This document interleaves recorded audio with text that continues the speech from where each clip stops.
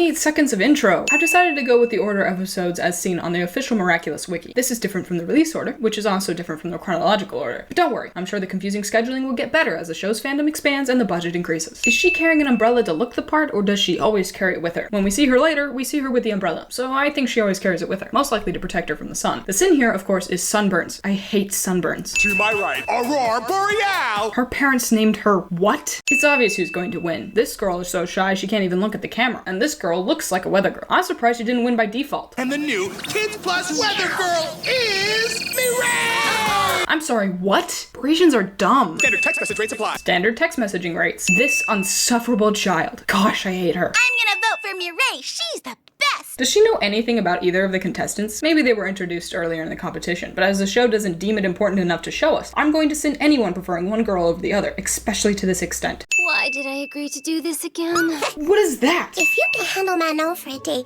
any villain here on out will be a piece of cake. Foreshadowing. Also, this is such a confusing introduction to the show. We have no idea what Tiki or the Miraculouses are yet, or that there are supervillains in Paris. Adrian is in the park right now? You go to school with him. Why do you have to see him now? Who's she? How does Manon not know who Alia is yet? Supposedly she's been babysat by Marinette a lot, and Marinette's been friends with Alia for a while, not to mention the fact that Alia is a reporter, and Manon's mother is a reporter. It just seems weird to me. She's an absolute angel. Lying. Manon, put that down. Kids. You're just a pushover, Marinette. Alia says Marinette's a pushover, then proceeds to override her wishes, which Marinette agrees to, because she's a pushover. What's the big deal? You only lost by 500,000 votes. Losing by this many votes. Considering the fact that she made it to the finals out of 5,000 contestants, it makes no sense for her to be this hated. She'd have to have said something offensive on Twitter for that to happen. Also, Alex a jerk to kids. Room suddenly goes dark. That is not one of Hawkmoth's powers. Does the elevator malfunction at the exact right time? If so, that's convenient. This happens a lot, so I'm just gonna send it once to get it over with. These butterflies can get anywhere. I'll invite him out for a fruit smoothie at the end of the photo shoot. Adrian doesn't hear Marinette yell this. Moving in right now. Why does Stormy Weather trap this girl inside the elevator versus just outright freezing her? And don't say it's a kid show, because this show has done far worse. Also, we know Stormy Weather is facing the elevator head on. If she pointed her umbrella in front of her, the blast should have hit this girl directly. So how does it freeze across the opening? Why is she standing like that? He makes a smile when a mama brings in the spaghetti. His mom is dead. You promised. What did Marinette promise Manon? Anything? The answer is she didn't. Manon's already a gaslighter. Ugh, kids. Not the baby doll eyes. Manon wasn't doing the baby doll eyes until Marinette mentioned it. Congratulations, you played yourself. How do they already have posters of the winner up? I need an extra. And the director said, let's have Alia hold an apple so she seems even more like a model, because they're all jerks, or something like that. Also, where did she get that apple from? Stormy Weather was mad at the balloon, so she freezes the merry-go-round, which coincidentally had two main characters on it and literally no one else, just as Marinette was walking away. My coincidental meter is maxed out! Time to transform. Silly Marinette. Benches aren't hiding places. Why does she scream like this every time? Seriously, it's every time. Ladybug's back breaks. You may laugh now, but she'll never walk again. I'm not here. I'm sleeping. Why was Plag not in Adrian's jacket where he always is? Was it so we could have this funny conversation? I think it's so we could have this funny conversation. Set in black and white. Close out! Adrian doesn't even let Plag eat his cheese. Considering Plag can eat that in less than 0.1 second, Adrian's just being a jerk. This transformation. Why did I leave Manon? I should have never done that. If you hadn't, you'd be stuck too, and you'd be forced to reveal your identity in order to escape. Or heck, since Cat Noir doesn't seem concerned about these trapped citizens, you'd probably get trapped in there forever. Marinette should not feel guilty about this. So cool down and we'll call it quits, Kay.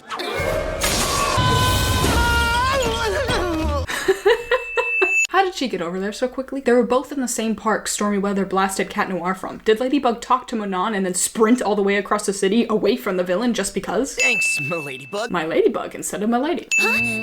Cat Noir is a creep. He constantly hits on Ladybug despite her telling him she's not interested and when she clearly tells him to stop. A lot of the fandom thinks Ladybug is too hard on him, but this is not charming. This is a restraining order waiting to happen. Ladybug has the patience of a saint to put up with him for as long as she does. Why did she leave? One of her main objectives is to get the Miraculouses from them, and yet when she has them on the rope, she just walks away? Needless destruction of property. Just walk down the middle of the road, or better yet, fly. His stance, oh my gosh. There's no way they're running fast enough to defy gravity. I simply do not believe it. Stormy Weather turns around before Ladybug yells. They didn't make enough noise to draw her attention, so I'm not sure why she turned. Not you again! Of course they came back to fight you again. You let them go. Why does law enforcement even try anymore? In a city with superheroes and supervillains, they're kind of useless. What does the ice suddenly start to get stabby? Stormy Weather isn't there to command it to do so, and so far she literally hasn't hurt anyone. You've shown them all. Butterfly Mask appears after the sound effect and after Hawkmoth starts talking. Maybe she's got some unresolved anger issues. Or she didn't pass her driving test. How do they not know who Stormy Weather is? Not only are there posters and screens showing the competition covering the entire city, Marinette was watching the competition at the beginning of the episode. She does this instead of, oh, I don't know, blasting them. Bring them to me. The butterfly mask disappears before Hawkmoth finishes talking. They should at least be shivering right now. Neither of them even has long sleeves on. We're just getting started, Stormy! Lucky Charm! The villain pauses to allow this dialogue to happen. This happens a lot in the show, so I'll only send it this once. So we're about to be obliterated, but at least we'll be dry. Not really. Even if that was what it was for, it's not big enough for one of you to use, let alone both of you. Although it does magically increase the side later on, so maybe I'm wrong. See that sign over there? Check it out! Cat Noir understands what the heck this means. Cat Noir's cataclysm is never consistent in the show. Sometimes it works on more than one object, and sometimes it only works on a small area. The writers have a hard time sticking to their own rules. It's at this point in the plan that it becomes ridiculous. There's no way Ladybug could have known this would happen, and that's how, oh, you know what, I'm just gonna settle with, this works. Miraculous Ladybug! It took me a very long time to realize these were supposed to be ladybugs, and ever since I've realized this, I've been picturing millions of ladybugs working together to put things back together, all in record time. And while that picture is amusing, it also makes no sense. Also, the Miraculous Ladybug is such a cop-out of any real damage Hawkmoth does, and I hate it. Can they even arrest him for anything, since none of it technically lasted or mattered in any way? All other damage disappeared immediately, but this chunk of ice took its sweet time to melt. These firemen are celebrating as if they actually had something to do with the ice melting. Someday your miraculous will be all mine. You know they can't hear you, right? But I will be victorious. Here I am, once again, feeling lost, but now— oh, I'm sorry, wrong show. Angel! Calling Manon an angel. Sure, she's not that bad in this episode, but trust me, it gets so much worse. The theme says this: In the daytime, I'm Marinette. as if Marinette doesn't also fight crime during the day. You're not Batman, Marinette. Happy birthday, Adrian. Plagg gives Adrian cheese that Adrian bought for him. I'm here to remind you that regifting is definitely a sin. Did Plagg just eat the ribbon that he put on the cheese? I don't doubt that he can digest it, seeing as he's a magical creature, but I can't imagine why he would want to taint the flavor of his camembert with fabric. My father get back to you about my birthday party? He doesn't think it would be a good idea. Happy birthday, Adrian. Natalie doesn't wish Adrian a happy birthday until he brings it up himself. Sure, Gabriel is a horrible father, but Natalie is not much better. I see you with your fanfictions where Natalie becomes Adrian's mother, and I'm telling you to put them down. Put them down, I say. It's not gonna go as well as you think it will. Now's the time. When someone shoves you, you'd expect them to stumble in the direction of the shove, or perhaps to fall to the ground in order to stop their momentum. There is not a single person on Earth that would veer to the side so wildly as Marinette does here, unless they were— Wait, Marinette, are you drunk? Out of the way! Why didn't neither of them react to this blatant abuse? And yeah, sure, Marinette was stumbling over her words, but what she meant was pretty obvious. After this whole interaction with Chloe, neither of them goes to check on Marinette or to ask her what she wanted. Yes, this is 3 sins for the price of 1, but it's only because I'm feeling generous. Looks like I've got some business to take care of with Adrian's old man. Who talks to themselves like that? Seriously, put down those fan fictions right now. Why is Nino allowed to come inside the Aggress house to talk to Gabriel? I mean, maybe Natalie was able to see that they might be able to akumatize him, but I find that highly unlikely. Also, why does Gabriel say— Adrian's not home yet. as if he would let Nino see Adrian even if Adrian was there? Then you're not welcome in my house ever again. Leave now! Gabriel was probably only this harsh because he knew he'd be able to akumatize Nino afterwards, but still, I'm gonna say it. Gabriel is a horrible father. Somebody please call CPS on this dude. Why is the black cat miraculous upside down? Yes, Hawk Moth. Ew, why does his voice do that? From this scene, I'm going to assume that people who were driving were also taken, leaving their cars to spin out of control and any children inside to get injured and slowly bleed to death as no adults are around to help them. Yeah, sure, Ladybug will set this all right, but those emotional scars are gonna last forever. Why wasn't Hawkmoth included in this mass kidnapping? I mean, he might be able to ask the bubbler to exclude him, but the bubbler was specifically going for Gabriel Agrest. And in order for the bubbler not to grab Hawkmoth, he would have to know where Hawkmoth is. And once the bubbler realized that Hawkmoth's lair was within the Agrest house, he would make the obvious conclusion that Gabriel Gabriel aggressed is Hawkmoth. Now, I'm no expert, but I feel like that would change his motivation somewhat. Oh, who am I kidding? The people in the show are so dumb they wouldn't realize Gabriel is Hawkmoth even if he transformed right in front of them. I can't wait to get back to school this afternoon. It is right about here that I remember that French kids have a much better school system than us Americans, and this, of course, is a sin for the American school system, because we certainly have it rough. She opens her mouth to shout, but no sound comes out. I know that I sinned the shout in the last episode, but the fact that it's not here now is throwing me off. However, I do like the detail that she's frowning as she transforms, seeing as she just saw her parents get kidnapped. So I'll just leave this here as an observation. Yeah, Ladybug emerging from a bakery with a house above it isn't suspicious at all, and nobody notices. Come on, let's have a little fun while your father's away. Then we'll save Nino, trap his Akuma, and all will be good. It is here that I find myself agreeing with Plag, and this of course is a sin because everyone treats him as if he is stupid while he is truly the most underrated character in the show. Who just hijacked my mix? Yours truly. Not only does the bubbler not hear her or notice the obvious Ladybug pattern on the disc she just threw, he must have some sort of time powers as her 5 minutes passes rather quickly. She hits the ground so hard here, I'm surprised nobody heard her or saw her. Marinette's red hair ties don't disappear after her detransformation, but don't you worry, the director must have told them to bug off, as in the next shot they are nowhere to be found. Look, now you can sign your gift. For Alia to have found this present, she must have already been snooping through the aggressed house, which is a sin both in this video and in the real world. Hey, Paris, how you doing? Adrian, there's like 20 people here, and all of them are your classmates. Calm down. This party is just as low energy as this episode. I love this little detail of Plag dancing so much I'm gonna take a sin off. Dance, little cat, dance. I had it under control. She really did have it under control. There was no need to hit her yo-yo. Why are they jumping around when they could just stay in one spot? It's almost as if they know they're being filmed. Outer space is the next stop for your precious peeps, and they're never coming back! Nina went from, I'm gonna throw a dope party for my bro, to, I'm gonna kill every single one of my classmates really fast. Miraculous Ladybug! To this day, I'm still unsure of whether or not the villain detransforms after the akumatized object is broken or after the Miraculous Ladybug. I swear, it's different in every episode. The Eiffel Tower is never this empty. Every time I see him, I get all clammy and I feel like fainting. Girl, that's not love. That's a serious medical condition. Go to a doctor. There is a very simple solution, Marinette. It's called a cell phone. You just need his number. I know who'll have Adrian's number. Seeing as this was before Nino and Alia started dating, why would Alia have his number, and why hasn't she thought of this before? Look, we all know improv's not your bag, so just stick to this script. Y'all know texting is a thing, right? No talking required. In fact, Alia could write and send the message. I would know, I've done it before. That jump was really impressive, but why does she need to be all the way over there? It's gone to voicemail. Leave a message, don't improv! I'm pretty sure the voicemail caught all of that.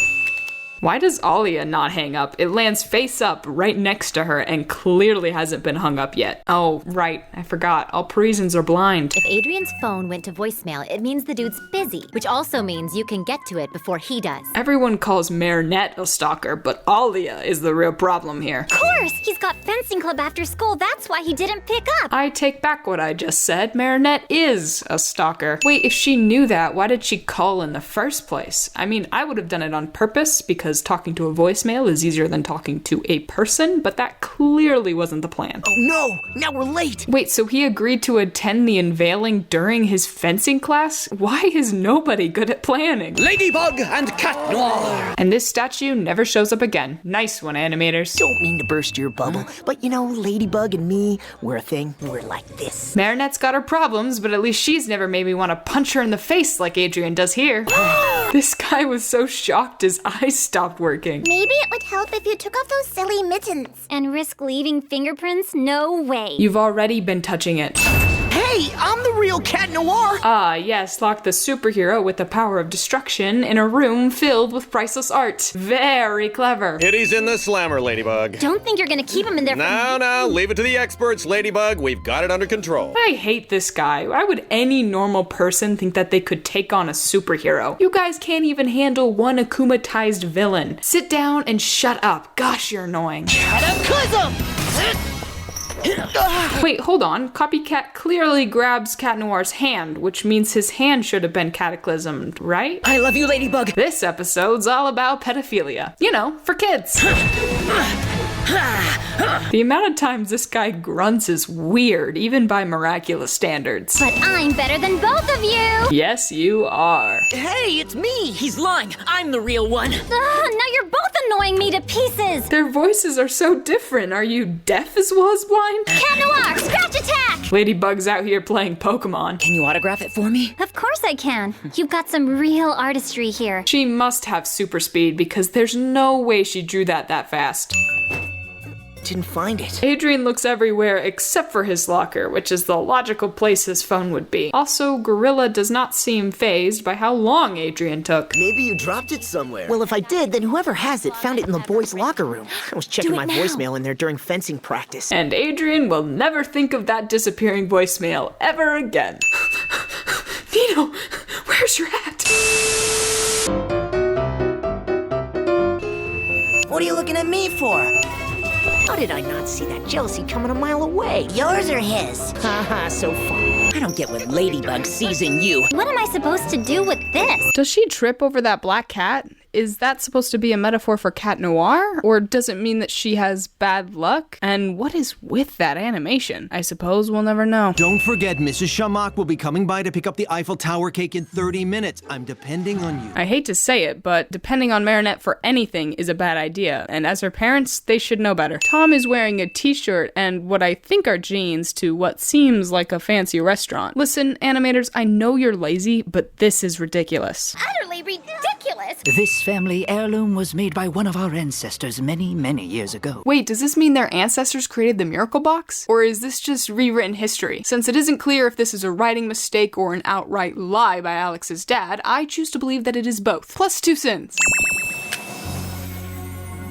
How does it do that? Okay, I know it's a miraculous, but that had nothing to do with time travel. Unless it does. What if it's stealing technology from the future? Or maybe it was created in the future. All miraculouses were, and then they were sent back in time, and they just seem like magic because the technology is so advanced. Sorry, my fanfiction writer brain took over for a second there.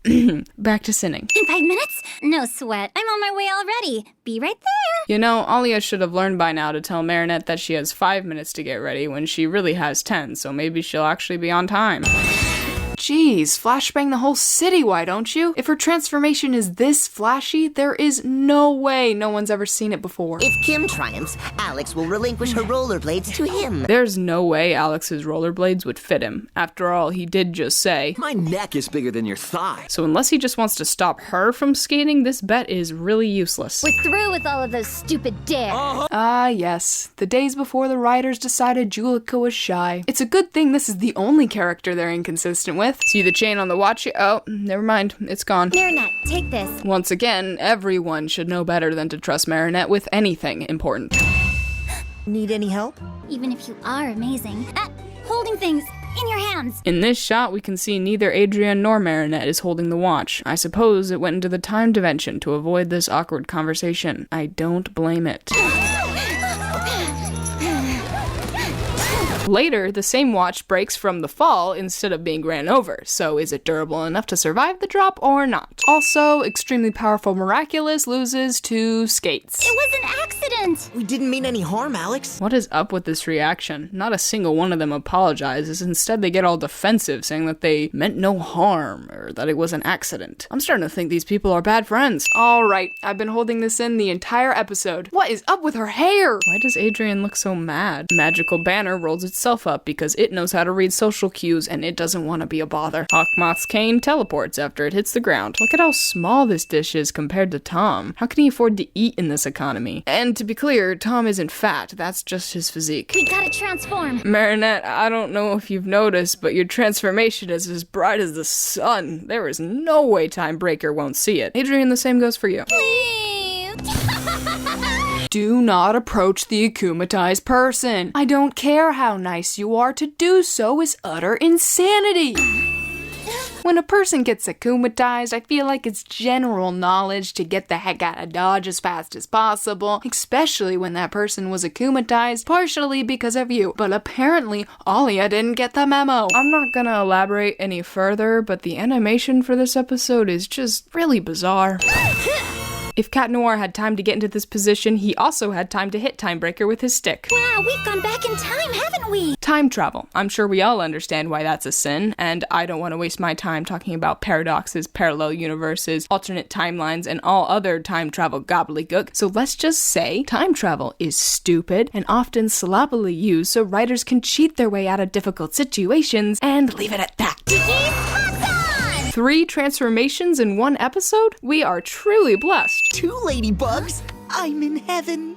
Cat Noir, stop. Just stop. I should never have given it to someone else to look after. It was my responsibility. My bad. This is stupid. Delegating responsibility is a key part of life and leadership. You shouldn't be expected to deal with everything by yourself. No, the real lesson here is to choose who you trust important things with wisely, and that person should never be Marinette. I was just getting used to having 2 ladybugs around. Now you're gonna get used to no ladybugs around. Ladybug is such a boss. Theme. This picture of Gabriel is absolutely hilarious. The time has come for us to find our next victim, my wicked little Akumas. How often does he do this? As a world-renowned fashion designer with seemingly only 1 assistant, you would assume that he doesn't have the time. In fact, throughout the show, we see that he's so busy he doesn't even go to events in person, opting instead to FaceTime in. Where is he finding the time for all this villainy? I think we've discovered Hawkmoth's true nemesis, time management. I'm off to my secret garden of inspiration. This is Marinette's secret garden of inspiration, sitting smack dab in front of the Eiffel Tower, one of the biggest tourist attractions in the world. This is not secret, not a garden, and would probably be much too busy for inspiration. But rendering extras, even for a tourist hub such as this one, is way out of this show's budget, so I suppose I can see why Marinette might find this peaceful. Why would you tear a page out of your sketchbook? Even if you don't like what you drew on the front and the back, it is always a good idea to keep your old drawings. You never know when you might be able to repurpose something later. It's hard to be creative under pressure. Now you know how I feel. The joke is that I stole this format from a much more popular YouTuber than myself. This fact calls into question my own creativity. Ow, look what you made me do, explaining my own joke. For this crime, I sentence you to an extra cent. And no, I am not compensating for anything. All of these designs look incredible. Why are you throwing them away? What would Paris be without pigeons? A cleaner and more maintainable city. What? It's true.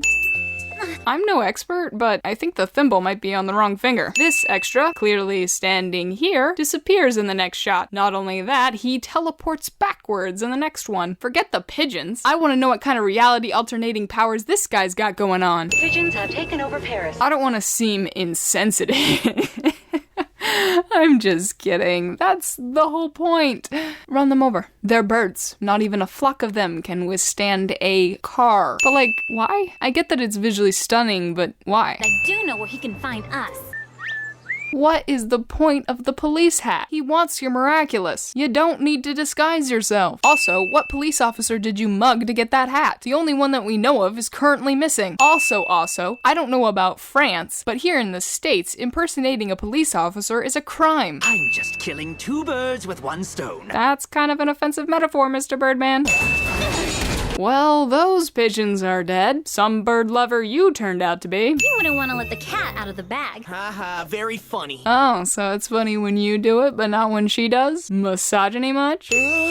My pigeon radar's on high alert. Either your radar's on the brink or Mr. Pigeon's left the park keepers unattended. I can't for the life of me figure out what this is supposed to mean. If he's sneezing, it means that there are birds nearby, which means that the park keepers aren't alone, right? Am I having a stroke or is she? Ladybug's hair here is horrifying. Why did she flinch? All he did was sneeze. Why are the park keepers dressed like stormtroopers? What kind of security do Paris's parks need? Why don't all of the pigeons here try to stop her? Why is he sticky? Sorry, why is the popcorn sticky? Something is sticky here and I don't like it. Ladybug uses pigeons against a guy whose only superpower is that he can control pigeons, and it works because plot. Why would you let him go? He's clearly powerless for some reason. Just let Cat Noir get it. That way we can avoid this whole cliched scene where everybody rushes to grab the MacGuffin first. In no way, shape, or form is there an actual pigeon feather on this hat. Marinette copied my design. But I can prove that this derby hat is my original design. I signed mine. Heck yeah. Marinette, you show that conniving demon spawn who's boss. Very exquisite creation. He may be evil, but at least he knows genius when he sees it. Adrian will wear your derby on our next advertising campaign. Sorry, I'm allergic to feathers. Just how many people are allergic to feathers? How do you not realize he's Cat Noir? Gabriel forcing his son to wear a hat that he is literally allergic to is both extremely on brand and yet out of character. There is no doubt that Gabriel is the worst father ever while simultaneously being very overprotective of his only son. Quite frankly, I think the show is a little bit confused, and so am I. The animation for this episode is much better than the last one. I just wish that they would keep this level of quality consistent with every episode, which, spoiler, they don't. Theme. Why did Chloe bring these things to school? Chloe's Ladybug? What a stupid assumption. Even if Chloe transformed into Ladybug right in front of me, I still wouldn't believe it. There's no way that brat could be the savior of Paris. I hate when she goes AWOL. Seriously, my man Adrian's the exact same way. My best friend, who has black hair, blue eyes, and wears her hair up in pigtails, just like Ladybug does, goes AWOL for long periods of time. No way, my best friend, who has blonde hair and green eyes, just like Cat Noir, does the same. What a crazy coincidence. Chloe. Chloe? Seriously? She's too self-absorbed to think of anyone but herself, much less save the world. Nina would be miraculous at miraculous sins. I know who the real Ladybug is. Dang, no signal. Try again later. Let's head down and finish your homework. Or you could walk to a neighborhood that has signal, or you could go to Alia's house. Do literally anything but ignore your best friend when she has potentially life-altering information to tell you. She sits down and immediately starts writing, not even pausing to read the instructions. You should always read the instructions. Also, Miss Bustier clearly gave them physical papers for their homework. So what is Marinette looking at here? Not her homework. You look totally fab. No, not you. Who is she talking to then? This guy? You have weird taste, Chloe. If she's the superhero, then I'm the Wizard of Oz. Pointing out how ridiculous this is doesn't make it any less ridiculous. Ridiculous. Utterly Stop. Read the room. Jeez. Alia's looking in your locker. That's a lie. I so was not. Give it back. Why is Kim on Chloe's side? Why is looking in someone's locker, which is located in a public and shared area, such a big deal? Why doesn't she turn off her phone so they can't see the pic? Why is seen? Seriously, all I did was take a measly photo. Hey, that's what I said. But pointing out how ridiculous. Cut. We do not need to do this again. I'm not sure that my father would share your point of view. What I mean is, you're suspended for a week, Alia. Ah, political corruption in my kid's cartoon. Get it off! I'll expose the lies of anyone who covers up the truth. Oh, uncover lies. So her power's gonna be a lasso of truth type of deal, or, oh, she can freeze people. That'll get the truth for sure.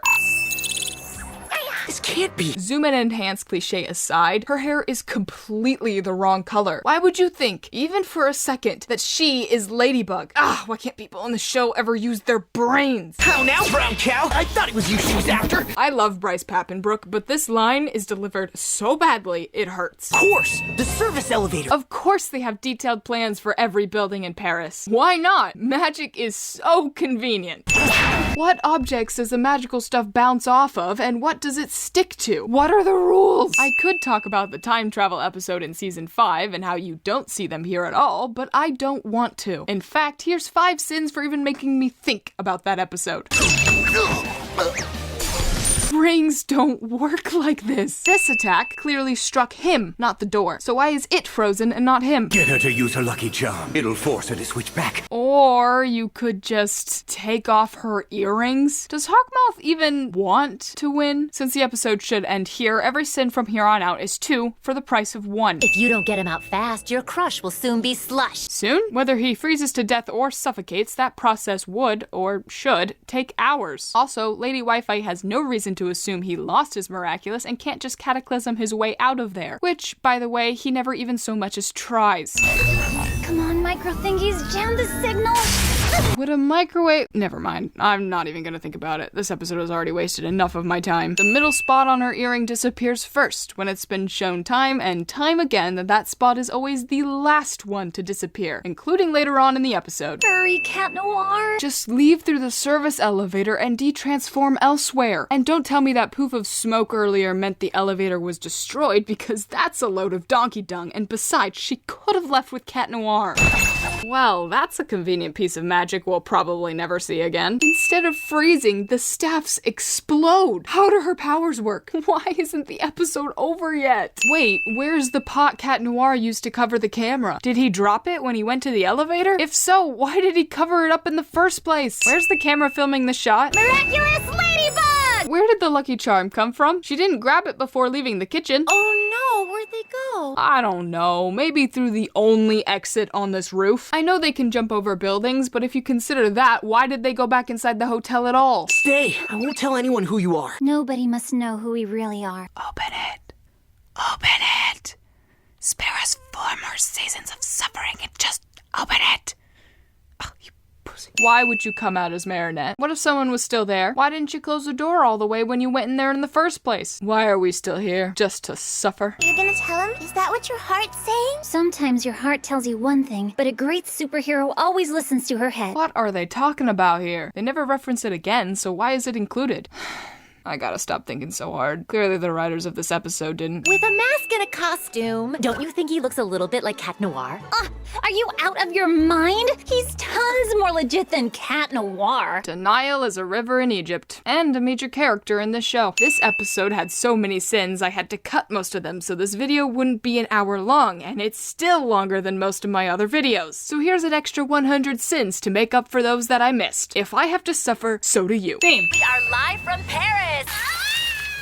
Ladybug in action! How does she even have the textbook? Her bag always disappears when she transforms, so why wouldn't the book? Why didn't she put it down once she realized it didn't disappear? How was she holding it up until now? Last I checked, her suit doesn't have pockets. What are the chances that in all of Paris, Ladybug happens to drop her textbook at the exact time and place where Alia is live streaming? Phew, that was a lot, and I'm too lazy to count, so I guess 5 cents for you. What you got here is no ordinary book. It's a 10th grade history book. Could our very own Ladybug be a high school student? Wait, they're in 10th grade? How old are 10th graders? Let me see.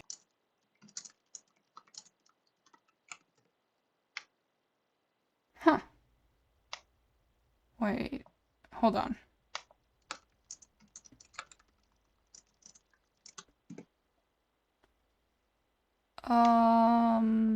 The math ain't mathin'. Maybe I'm not cut out for this whole Ladybug thing. You are the chosen one, Marinette. The chosen one cliche especially doesn't make sense here when literally anybody could wear the miraculous, including the villain. Because our school is the only school that uses that book! Well, that's inconveniently convenient. You'd think Marinette might have known about that and maybe, I don't know, not carried it around as Ladybug. This man was running straight forward, eyes up front, and had this entire hallway to go around or stop. He 100% ran into them on purpose. If the show wants us to believe otherwise, they should have animated it better. You're in the same grade as Alex, right? I'm her older brother, Jaleel Kubdal. Somehow he recognizes them, but they have no clue who he is. I can't think of any non-creepy scenario where this would be the case. Why is he watching the same video on all 3 screens? It's not like he can look at all 3 at the same time. There, as you know, the one with the scepter is Tutankhamun the First. Yes, I know all that. I'm the director of this exhibition, remember? Clunky exposition is forced and, well, clunky. I just need to get my hands on Tutankhamun's scepter. Don't even think of touching that scepter. It's a priceless historical object, not a toy. Mr. Kubdal is uncharacteristically mean to his son in order to further the plot. That, or Alex is his favorite child. Speaking of which, why did he give the so-called family heirloom to her and not her brother? They're called heirlooms because they generally pass to the heir of the family, which traditionally is the oldest male child, neither of which applies to Alex. What if Tutankhamun had found out how to bring people back to life? Get your head out of those papyrus scrolls and focus on the real world. This one. This coming from a man who gave his daughter a magical watch and receives letters from the past. Admittedly, I don't know when that started, but in a world full of superheroes and villains, it's still hypocritical. Let's talk talk about Mr. Exposition's plan. He's going to sacrifice someone who apparently must have a pure soul. I must give him something in return,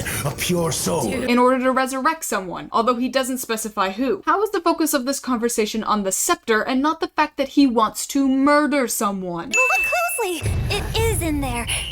I really don't understand why Tiki doesn't just tell Marinette what she wants her to see. If Mr. Exposition hadn't been at the museum at the right time, this would have been a wasted trip, and there's no way she knew he would be there. Ladybug waved at me!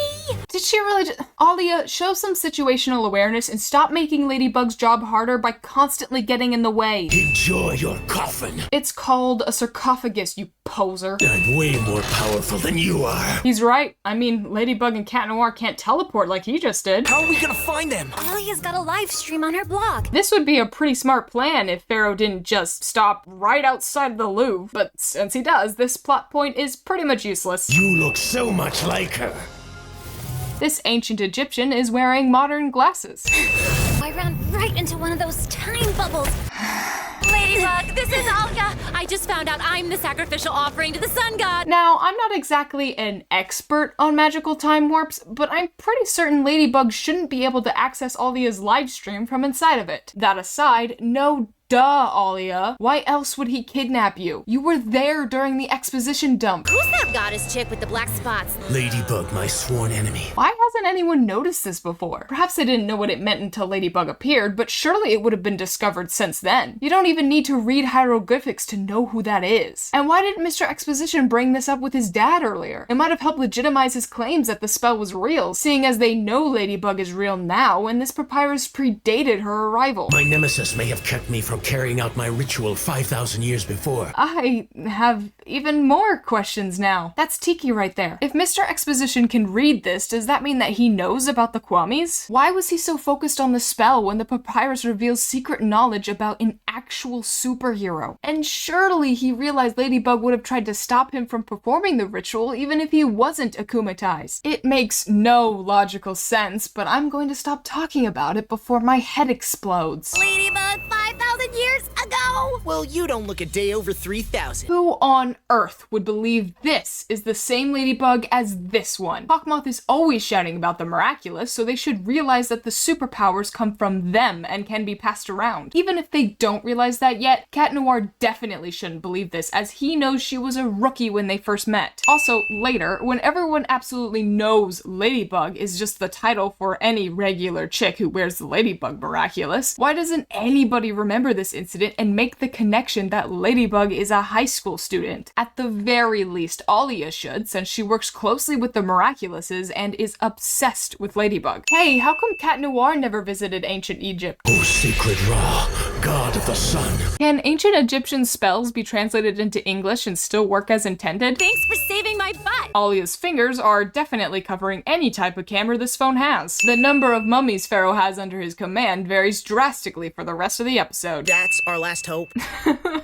Alright, you got me. Take us in back, you sassy kitty. Although, those mummies are just standing there and not attacking, so I'm gonna need to add it right back. Alia survives this. Speaking of which, if she could survive this fall the entire time, why didn't she just jump off earlier? She clearly wasn't frozen or anything. If he doesn't need to put the offering at the base of the light beam, why doesn't he just fly up and toss her into the darkness himself? Seems a lot faster to me. You want my miraculous? Go get it! Get it! Hawkmoth should know that these are fake. He has a miraculous. He knows that you detransform when you take them off. This show can't be consistent to save its life. I have so many questions about this ritual. Is it actually magic from Egyptian gods and only stopped once the mummies were no longer present? Or was this whole thing powered by Hawkmoth's magic? If it's the latter, does that mean King Tutankhamun was akumatized? But the biggest question I have is, would it have worked? I mean, it probably would have succeeded in killing Alia, but would it have brought back Nefertiti? You'd think Hawkmoth would be far more interested in this magic due to his as of yet secret motives, but he isn't. My greatest concern is the possibility that he had the power to resurrect Emily this entire time and just never thought about it. It's funny how this one episode has the potential to break the entire show, much like the time travel episode in season. How old are you, really? Much older than a high school student, that's for sure. Lying. If it hadn't been for you, I'd never have found out that Ladybug is at least 5,000 years old. What was she doing with that 10th grade history textbook? Except literally only your school uses those textbooks. Either she stole it from one of your classmates or she attends there. Either way, Alia should still be suspicious. Ladybug's textbook, it's gone! Why would someone steal the book unless it was important in some way? Come on, Alia, use your brain. Theme. My day begins at 4 a.m. every morning because the bakery opens at 7. Marinette's dad would clearly rather be literally anywhere else but here right now. You've reached the voicemail of Gabriel Agrest's office. Please leave a message. This doesn't sound like Gabriel, and it's definitely not Natalie, so just who is this mysterious man answering Gabriel's phone? Did he hire someone new? Surely not. Our animation budget won't stand for it. You okay? Yeah, whatever. Nothing new. Man, I love Plag. I wonder how many croissants your dad would have to sell to buy you one of these. What am I saying? He'd have to sell the whole store. Bragging about money that isn't yours. Well, if you're so rich, obviously you don't need free croissants. Seeing how you're putting those croissants on these filthy desks without even so much as a napkin, Chloe is probably better off not having one. Is that Camembert?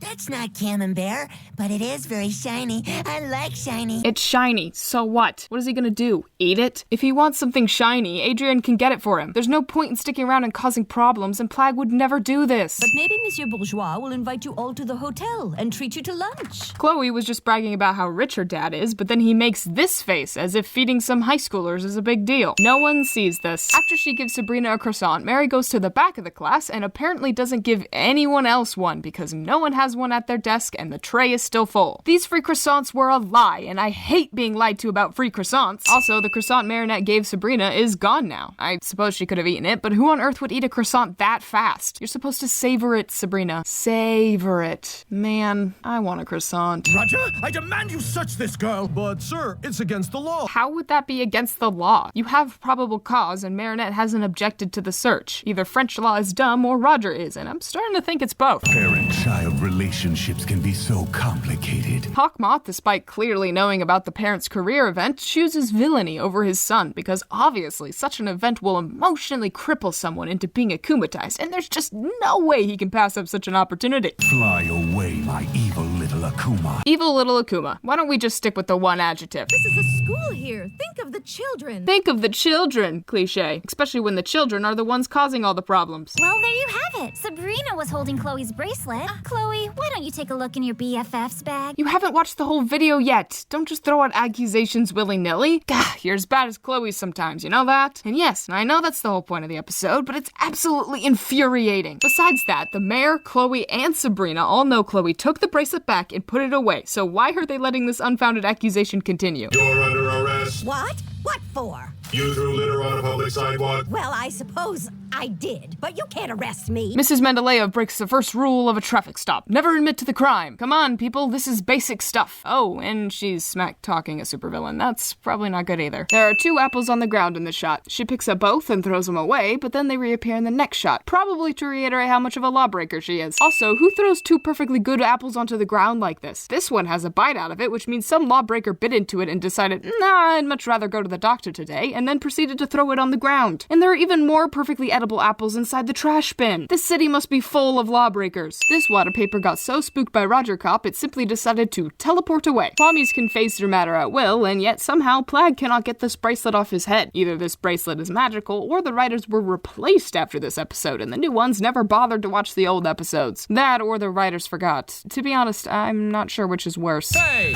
You can't just walk in here. Parisians never seem to be able to identify the akumatized villains until they are actively doing something evil. Don't confront the superpowered villain. Run away. You're a janitor, for Pete's sake. It's not like defending the school courtyard is your God-given duty. What do you mean I can't transform? If you transform, the bracelet will get absorbed with me and damage your powers. This is some bullcrap. I tripped on the bag, but Sabrina held the bracelet and Nathaniel sketched it. We are all suspect. Nathaniel was sitting all the way back here when the bracelet went missing. Don't drag him into this mess too. Since you're a suspect, you'll have no problem letting me search your bag. No one's rummaging in my bag. Why is this still going on? No one has left the room yet, which means the bracelet must be in here somewhere. Just search the room and everyone's bags and spare us the theatrics. What, are you hiding drugs or a freaking gun in your backpack? back, there is no reason for you to be this opposed to ending this nightmare. Marinette, let the adults handle this. Like you were doing any better. What about Adrian? He was in at least 4.5 seconds of that video. How does Max know this with any degree of certainty when he's sitting all the way over there and definitely can't see Nino's tiny phone screen? What, are you accusing us? I want an attorney.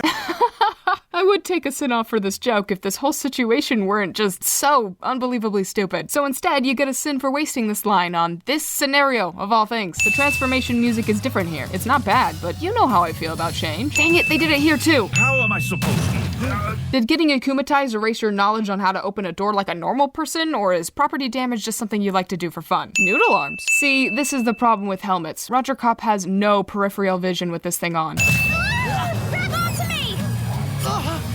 The power of true love compels Cat Noir to Romeo himself onto the pavement without even attempting to stop his fall. Luckily, Juliet didn't wait around this time, or this could have ended much differently. But I'll take the credit for that. Credit for what? You did nothing but almost get yourself killed, you idiot. Well, if it's the mayor he wants... He'll be heading straight for the city hall. Why would the mayor go there as opposed to his hotel where he lives? Ladybug got lucky that she correctly guessed where he was headed, and I refuse to believe that's what she meant when she sang Miraculous, the luckiest. Rogercop must have stopped at a mechanic to get his exhaust port repaired. I wonder what that mechanic's day looked like. Hey honey, sorry I was late. I was getting held up by a giant robot man at the shop. Dang it, Jim, this is the third time you've forgotten little Timmy at school. I'm done with your excuses. No, really, honey, just turn on the news. Paris has a new superpower. His name is Rogercop. I hereby relinquish all authority to Rogercop. Awesome. Wow. Now let's just sit back and wait for the French military to put down this uprising, because this is not how democracy works. These cops lunge at Ladybug and Cat Noir like zombies instead of using the weapons they are no doubt armed with as officers of the law. So now we're the nation's most wanted felons? Actually, no. Bourgeois is the mayor, not the president. The rest of the nation apparently couldn't care less about Paris, despite the fact that the president of France lives in Paris. Go, Ladybug, go! Rogercop hears this, but not the loud creak from the door Ladybug just opened. Stop shooting like an idiot, Rogercop! You're supposed to seize their miraculouses! Actual reaction from the test audience somehow made its way into the episode.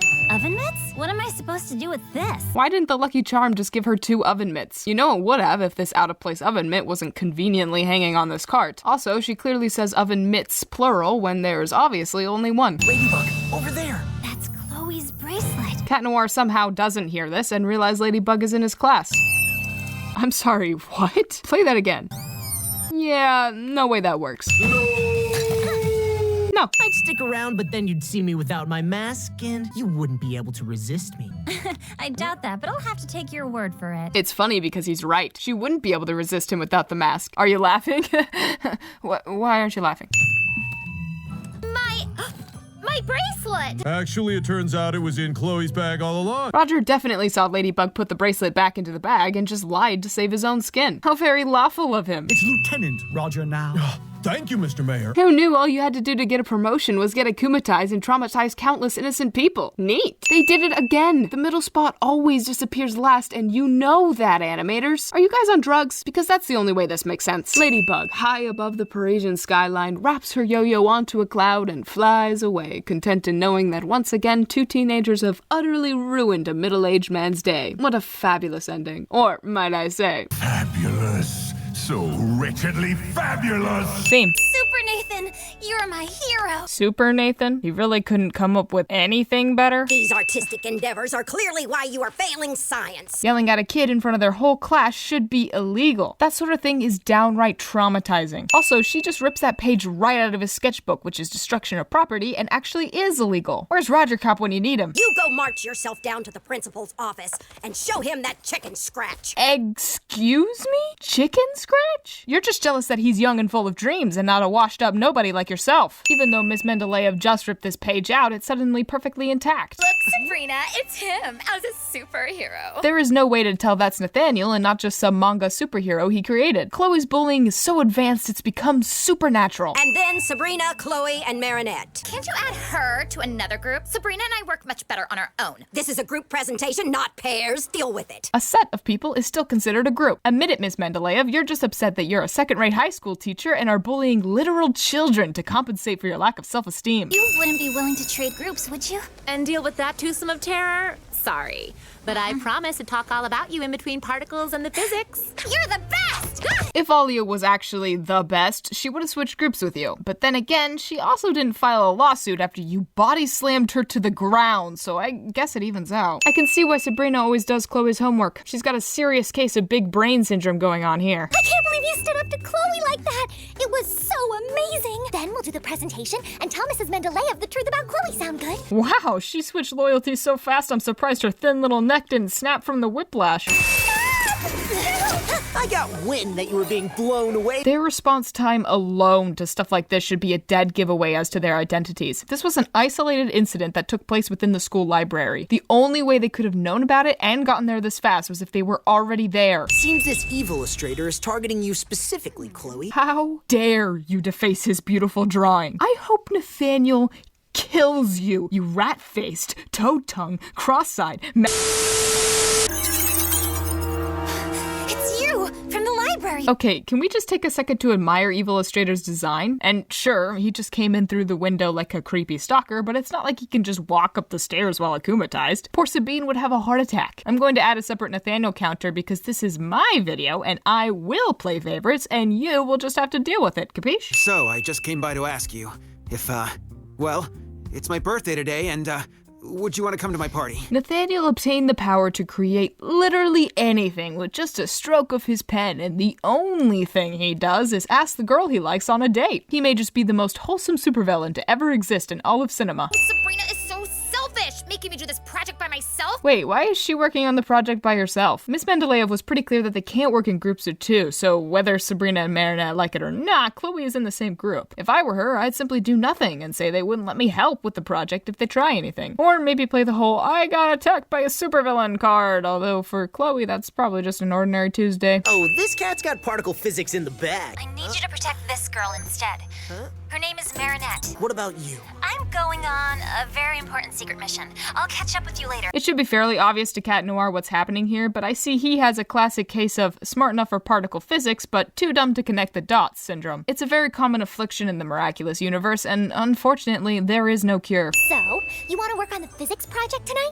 I'm so sorry, Sabrina. I've got something really important I have to do. You know who else uses that excuse all the time, don't you? Chloe! Why can't you just work on it now? Or tell her the truth that someone got akumatized and needs your help? Oh, yeah, that's right. Because doing so would resolve the conflict too early and rob us of the satisfaction of seeing Sabrina going back to Chloe, I guess? Why do I care about this plot point again? Just get that drawing pencil away from him, little lady. I'll take care of the rest. How does he know where the Akuma is? For that matter, how did he figure out Evillustrator's name? Did everyone suddenly turn telepathic for this episode? You're so talented. I just don't understand why you'd want to use your power to hurt people. Not all people, just Chloe. And I'm never doing that again. After all, you were true to your promise, so I'll be true to mine. Oh, this is so cute. I can't. Oh, come on. He's not hurting anybody. Can't you at least let him finish his date before harassing him? It's his birthday. No, I'm keeping it. Cat Noir, now!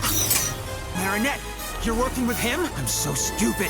I actually thought you liked me. Ow. I think my heart just broke. And I didn't even know I still had one. But you're really just like Chloe. Come on, seriously? Why is everybody comparing me to Chloe tonight? Nice one-liner, but could you maybe just break the pen and end this kid's suffering already? No? Oh, okay, great. And I'm taking back my promise. Chloe's gonna get a little lesson that she'll never forget. Seriously, all he did was make it slightly windy for one girl and set up a nice date. Marinette probably could have convinced him to give up the powers all on his own had she tried. He was the most reasonable supervillain to ever exist, and you bullied him right back into villainy. Great thinking. Yeah, I'm a genius.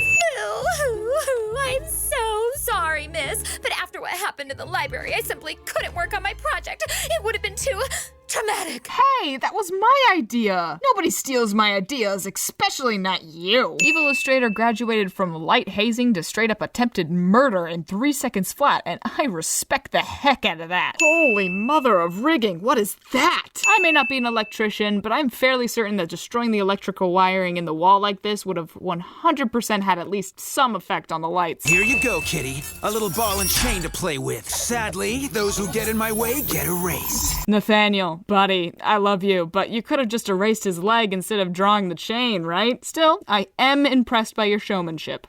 No, no, no, no, no, no! Oh no, he's gonna fall maybe 10 feet to the next floor. Whatever shall we do? The Miraculous was practically mine. Once I have them all in my grasp, I shall rule the world. Huh? Well, I'm glad the writers eventually gave him a better motivation than this, but did we all collectively forget about this line? Oh well, it's not like it matters. Continuity was taken out back and shot in the head a long time ago, and anything that remained was burned alive in season 5. What happened when Ladybug and Cat Noir arrived on the scene? Well, to be perfectly honest, they only made matters worse. I thought Chloe loved Ladybug. That doesn't change for a good long time, so why is she trash-talking her now? Nice new beret, by the way. I know, right? Chloe lent it to me. She really is my BFF. You're making it really hard to empathize with you, Sabrina. Maybe if you don't want to be in an abusive friendship, don't be so easily bought. And yes, I know I'm victim blaming, and no, I do not care. Hey! Where the heck did he come from? He must have spawned in behind her locker because he was not there before. Forget Adrianette and Lucanette. This sin goes out to all the Nathanette shippers who had their ship introduced and then thrown out the window for the rest of the show. I mean, seriously, why introduce a ship if you're not even gonna entertain it? Theme. Is rummaging through someone's trash illegal in Paris? Well, even if it's not, it's still creepy and decidedly unprotagonistic. Well, Marinette, looking for something to eat. Maybe she's looking for some better clothes. That's actually pretty funny, but I refuse to give a sin off for Chloe, so instead I'll give myself a sin for having a trash sense of humor. Yeah, that feels right. Your hair is dark as night, your pretty bluebell eyes. I wonder who you are beneath that strong disguise. Who could he be talking about? You? No way! There are plenty of girls at school with dark hair and blue eyes. Yeah, but bluebell eyes? Tiki is being very logical here, and I appreciate someone in the show using their brain for once, but is it really that much of a leap to think he might be referring to Ladybug? You're not even gonna consider it? Oh well, it was good while it lasted, I guess. According to my extensive research and cross-referencing of online shopping sites, this particular jewel was ranked highest in popularity. Highest in popularity? The actual highest in popularity jewel would have to be way out of their price line, so either Max bought a knockoff or is speaking in half-truths. Perhaps it's the highest popularity jewel among high schoolers, or the highest popularity within a certain budget. Dang it, if I can't know the actual popularity of this animated jewel, then what is even the point of my existence? Kim's got a major crush. Who's the lucky lady? Alia runs the Lady blog, right? Do Ladybug lovers care who a random high schooler is crushing on? I don't even care, and I'm supposed to. Her route is highlighted here in yellow, yours in red. If you run at 10 miles per hour, you're gonna gain a 4.5-minute advance on her. Why doesn't Chloe just take the direct route to her destination? Also, why do you even need to run her down like this? You were just in class together. Sure, it's the third most romantic spot in Paris, but you could have just asked her to go there instead of ambushing her like this and risking missing her entirely. I'm gonna tell Adrian my true feelings. Well, I'm gonna write them on a card, that is. Oh boy. This scene is reminding me I still have 4 more seasons of this to get through. And no, I don't mean 4 more seasons of the show. I mean 4 more seasons of this exact scenario. Sign here, please. Oh, come on. You know I hate signing autographs, Chloe. It's a petition against cruelty to hamsters. But the boy is mine. To Chloe, the most awesome girl in the world and the love of my life, signed Adrian? And this, kids, is why you should never sign anything you don't fully understand. Well, that and identity theft. And other types of theft. Okay, well, this is probably the best case scenario of what could happen if somebody stole your signature, but you get my point. Dear Adrian, I'm no good at this love letter writing thing. I sound like a total Dorkosaurus. You wrote 2 words, and they were the 2 words every letter starts with. Get back to me when you've written an entire video script and realize it's not funny. Who's the Dorkosaurus now? Wait a minute. That's it! I'll answer his poem. You really shouldn't assume he wrote the letter for you, even if it seems obvious. Do you know how many people Adrian the model knows? I bet a ton of them have bluebell eyes. Just take Ladybug, for example. Check it out. It's perfect! That is literally just a piece of paper cut in the shape of a heart. I was making crafts like this back in 1st grade. Calm down. This paper has no fold line. The fact that she's writing this in red pen without penning a draft first is really ticking me off. You can't even use whiteout on this paper, and I don't think there's such a thing as pink out. How did that get in here? Did somebody leave a window open? How many times do I have to tell you I am not paying to heat the outdoors? Ladybugs are good luck. I told my dad the same thing the other day when I saw a ladybug on his shirt. He then proceeded to fall down a flight of stairs and break several bones. I'm just kidding, that last part didn't happen, but wouldn't it have been hilarious if it did? What was that? Oh, you want me to give myself a sin for wasting your time? Yeah, that's fair. Oh wait, she's walking? Alone? With no guards or servants? Quick, somebody call the cops, we've got a skinwalker on her hands. Chloe is clearly on maps, not making a phone call. Do you think she did this on purpose, or does she just not realize that they hung up on her a long time ago? It was very kind of this puddle of water to go out of its way to teleport right under Kim at the exact perfect moment. Somebody give this puddle a raise. Wait till everyone gets a load of this. Kim really thought he was in a teen drama where the jock dates the most popular girl in school. But seriously, what did he think would happen? Valentine's Day, the day of love and the day of fools. You are going to have such a field day. Hawkmoth says this, but only akumatizes one person, as per usual, and gets his butt kicked, as per usual. What a witch! I was the one who told Kim to do it. This is not your fault. If you want to blame anyone other than Chloe, blame Max for enabling this scheme despite knowing who Chloe is as a person. Dang, I hope Adrian doesn't do the same thing to you. Why would you say that? Also, don't compare Adrian to Chloe. He's universes ahead of her. Stop, Kim. Chloe totally burned you, but that doesn't mean you have to take it out on all of Paris. Classic Ladybug, giving away her identity by stating information only Marinette could know. It's a miracle she's lasted this long, let alone 4 more seasons. Look out!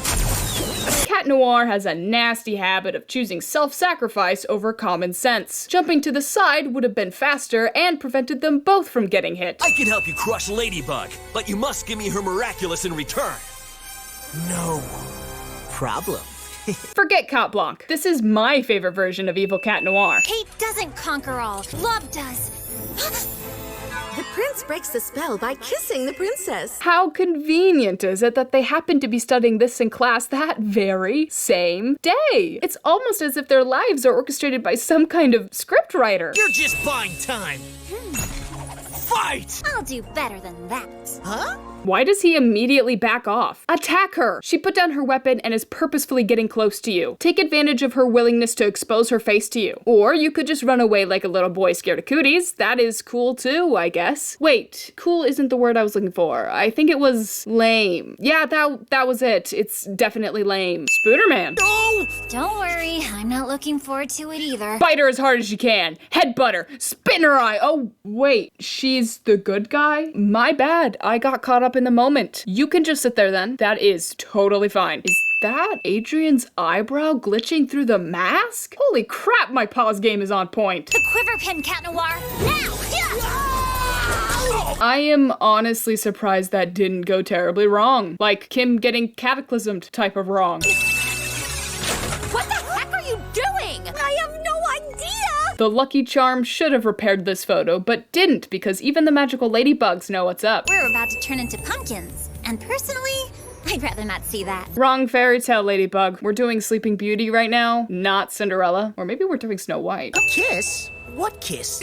Can you believe all the horrible, thoughtless things you said to Ladybug? So, Adrian remembers the mean things he said to Ladybug, but not the kiss they shared? Seems unlikely. Someone answered my poem, but I threw it away. It isn't signed. Well, Adrian, you know you threw it away in your school classroom, so it's gotta be someone who goes to your school. That someone would have had to have seen you throw it away, since you didn't sign yours either, which means it's probably someone in your class. Now all you have to do is ask around to see who wrote it. Could it have come from Ladybug? Oh, so instead of doing that, you're just gonna pull some classic wishful thinking? That's fine. I mean, how else would we drag out this same story thread for 4 more seasons? I see no problems with this. Did you sign the card or not? I don't know. So even though Alia told her to sign it, Marinette and Alia forgot? I don't believe you. You said it, Alia. I don't believe it. Theme. That monster mask he's wearing is so realistic and scary. I need to sing my happy song. It always makes me feel better. Smelly wolf, stinky breath and slimy. Ah! Ew, that song is much more terrifying than the mask. If she's this scared of literally everything, how on earth has she survived this long? That much stress cannot be good for you. Milen, that's like the 10th take, and we're only on the first scene. You're playing a hero from the Special Forces. You're not supposed to get all freaked out. Why was Milen even chosen for this role in the first place? It's not like her everything phobia was a secret, so casting her makes no logical sense, especially as the main character in a horror movie. Why is Ivan the only one wearing a costume? I understand this is an amateur production, but they could have at least tried to make everyone look the part with a quick trip to Walmart for some new clothes. I'm the producer, and I'm gonna do everything in my power to finish finish filming tonight. The deadline for the Parisian Student Short Film Festival is tomorrow evening, precisely 26 hours, 15 minutes, and 13 seconds from now. The thing is due tomorrow, and you're only now shooting the first scene? Why even enter at this point? I can even tell you that it ends with a kiss between Agent Smith and Officer Jones.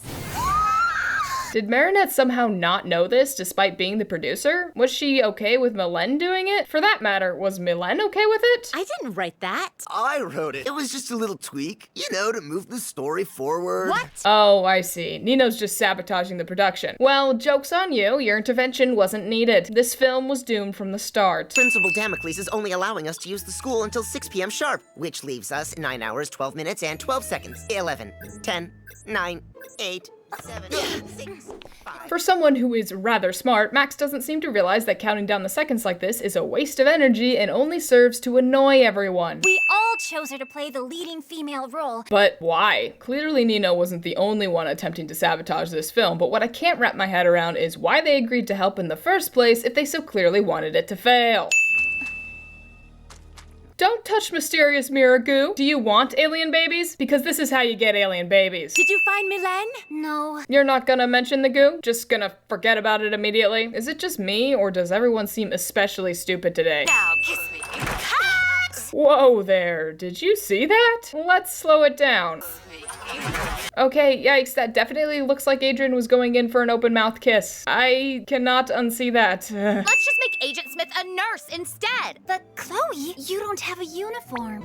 Right! Which is why that idea wasn't believable in the first place. She also doesn't have an agent uniform, so your point is moot. Marinette can do it. But you want to kiss Adrian, don't you? So, is Alia suddenly okay with the script change now? Everyone's motivations in this episode are iffy at best, and it's massively irritating. I'm supposed to be nitpicking stuff that doesn't really matter, not dissecting character motivations and their moral implications. Did you hear something? No. What? Mylène makes a great horror movie monster. Despite having the opportunity to take down the main character, she instead picks off the side characters a few at a time. She's truly perfect for the role. Your stupid little movie won't make it into the festival if I'm not in it because my daddy is one of the judges! But she wasn't even supposed to be in the movie in the first place. Why is she only pulling this card now instead of back when filming first started? We better scope this out. Or, instead of putting everyone in danger, you could barricade yourselves inside the classroom and immediately call the cops. You may be a superhero, but everyone else sure isn't. That's Kim's. They vanished! Oh, Nathaniel, you're the best. Adrian, where are you going? I left Officer Jones's jacket back there. Should probably wear it in all the scenes. You were never wearing a different jacket, and besides that, people are in actual danger here, so that excuse would not convince anyone with even half a brain cell left. Quantum masking, schwantum masking. This is superhero behavior, plain and simple. And you say I stink of camembert? It is canon that Adrian has stinky feet. Let that fact poison your mind. Dudes, you know cell phones never work in horror movies. No bars. Maybe you should have called the cops the moment you heard terrified screaming instead of running towards it like idiots. We've got to calmly evacuate the building. I try to cut through the goo, but it's no good. Totally indestructible. So, looks like we're trapped inside the school for now. You are literally destruction incarnate. Use your superpowers already and get the civilians to safety, you drama queen. And once again, Ladybug and Cat Noir expose their identities by responding to isolated incidents they couldn't have possibly known about unless they were there to begin with. Assuming Cat Noir's conclusion is true, and the episode certainly wants it to seem that way, it's even worse this time since there's no way in or out of the building now, which means they had to have already been inside. Their identities are so painfully obvious, it's giving me a brain aneurysm that nobody else finds this suspicious. Oh, but quantum masking, blah blah blah. Do you even hear yourself right now? Why Nathaniel and Alex though? Why not Julika and Rose? The only person who was mean to Mylène was Chloe, so if she's able to differentiate between Ivan and the rest, she should also realize that her other classmates don't deserve to be tortured like this. I'm just saying, it all seems a bit arbitrary. Did you see how it just left Ivan alone? I think the monster is Mylène. Ladybug, how do you know Ivan's name? And for that matter, how do you know who Mylène is and the fact that she's here? Oh well, let's just forget about that. This quantum masking thing is frying my critical thinking skills, and I already forgot what we were talking about. Is everyone here? Mr. Damocles? Alex?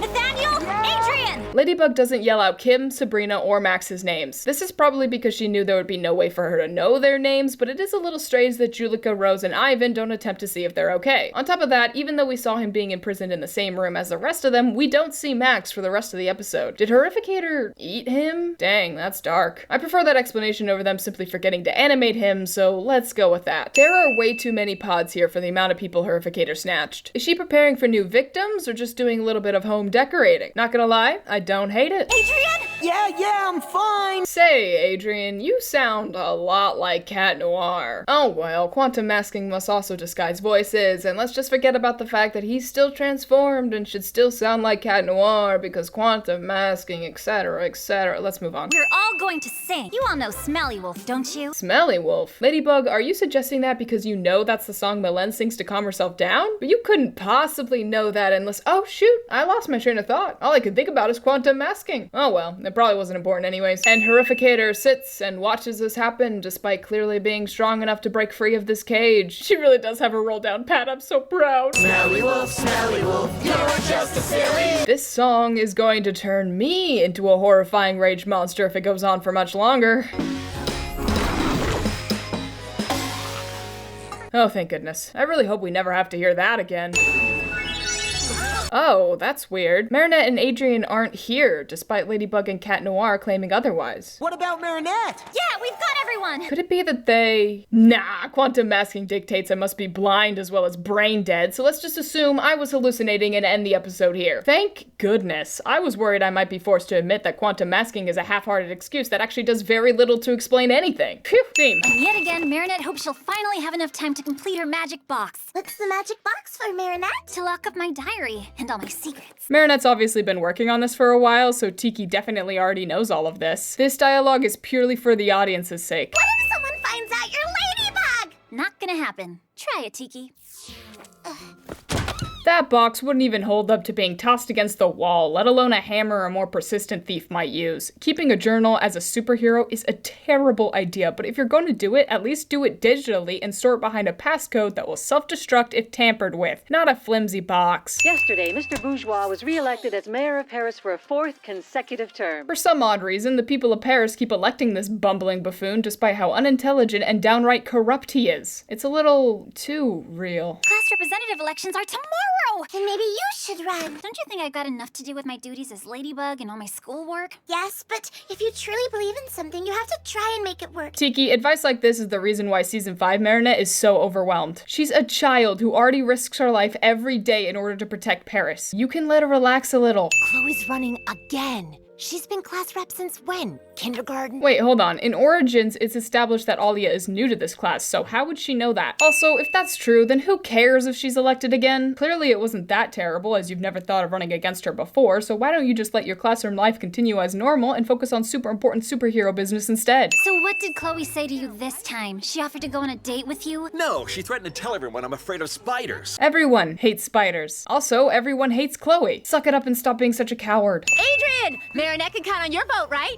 Sure, depending on her speech. Saying sure, but immediately following it up with a condition makes the agreement redundant and makes you look like a jerk. Also, don't pretend like there's even a chance that you would vote for Chloe because I know you better than that. Marinette is writing on the first page of this diary, so unless she writes backwards for some reason, this diary currently has nothing in it, and thus she has no reason to care when Sabrina steals it later. They're all relying on me to defeat Chloe. I think you have a fundamental misunderstanding of how elections work, Marinette. If they don't want Chloe to be class rep, they have the power to make that happen. In reality, you're the one counting on them. Chloe's invited the whole class to her campaign launch party at City Hall, and she's got Jagged Stone coming too. Seriously? Jagged Stone, my favorite star?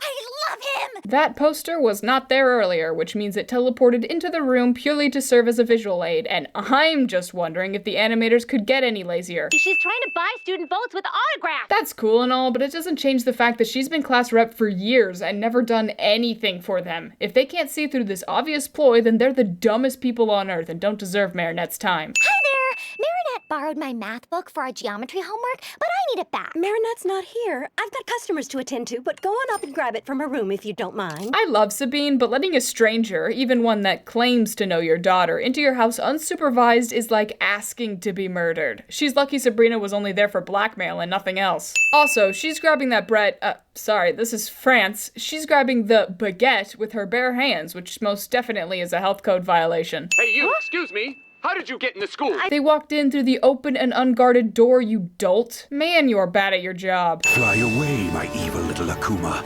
and take control of this defeated fighter. Stop trying to make evil little Akuma a thing. I will always sin it. I don't care how many times you say it. Fencing blades aren't sharp, so while this poster would certainly be ripped, it wouldn't come apart so cleanly.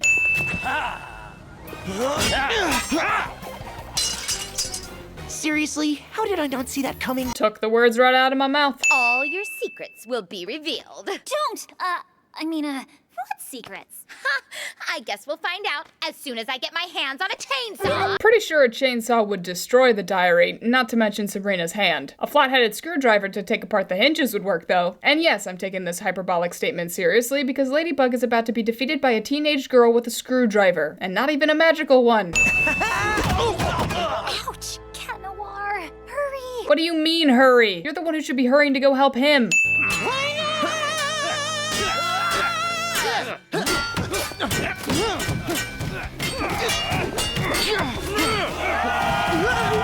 Behold, a minstrel! I'm not sure what it is exactly, but the scene is just so funny. Oh no! What are we gonna do? The doors! Quickly! Remember the scene I was just laughing at? Yeah, the doors were already closed in that one, which means some idiot with a death wish went and reopened them. In other words, the knaves have prepared a way into the castle. Get hence and prepare for battle. Chloe, what should we do?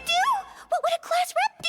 Well, if indeed you vote for me, I'll provide you with an answer. What the? How did you get over there so fast? Cat Noir needs Ladybug, but the students need me too. No. The students will be fine as long as Ladybug defeats the villain. You just don't want Marinette to look bad by abandoning them in their time of need. Using a human body as a battering ram, while hilarious, is rather ineffective. Taking those halberds to the windows, however, would gain you entry in 2 seconds flat. Remember, kids, your defenses are only as strong as your weakest window. I was managing just fine by myself, you know, but it's always nice to see you. Why are they going on the roof? Well, at least some of them. Now this is why I love Miraculous. Goofy, nonsensical fun. The show is finally starting to find its footing, and I, for one, hope the dark ages of early season 1 are finally over. By the blade of darkness, I hereby declare all peoples of this kingdom are henceforth mine! All hail King Darkblade. All hail King Darkblade. The magical light beam starts away from the source and collapses inwards because if it worked how you might expect, Ladybug and Cat Noir would lose, and as of season 1, we are still watching a kids show, and good guys don't lose in kids shows. Now hold on, wouldn't Hawkmoth be transformed too? This is exactly the same problem I had with the Bubbler. In order to avoid being affected by his own villains, Hawkmoth would have to divulge his location to them, which seems unwise, even if his victims do normally experience some sort of memory loss afterwards.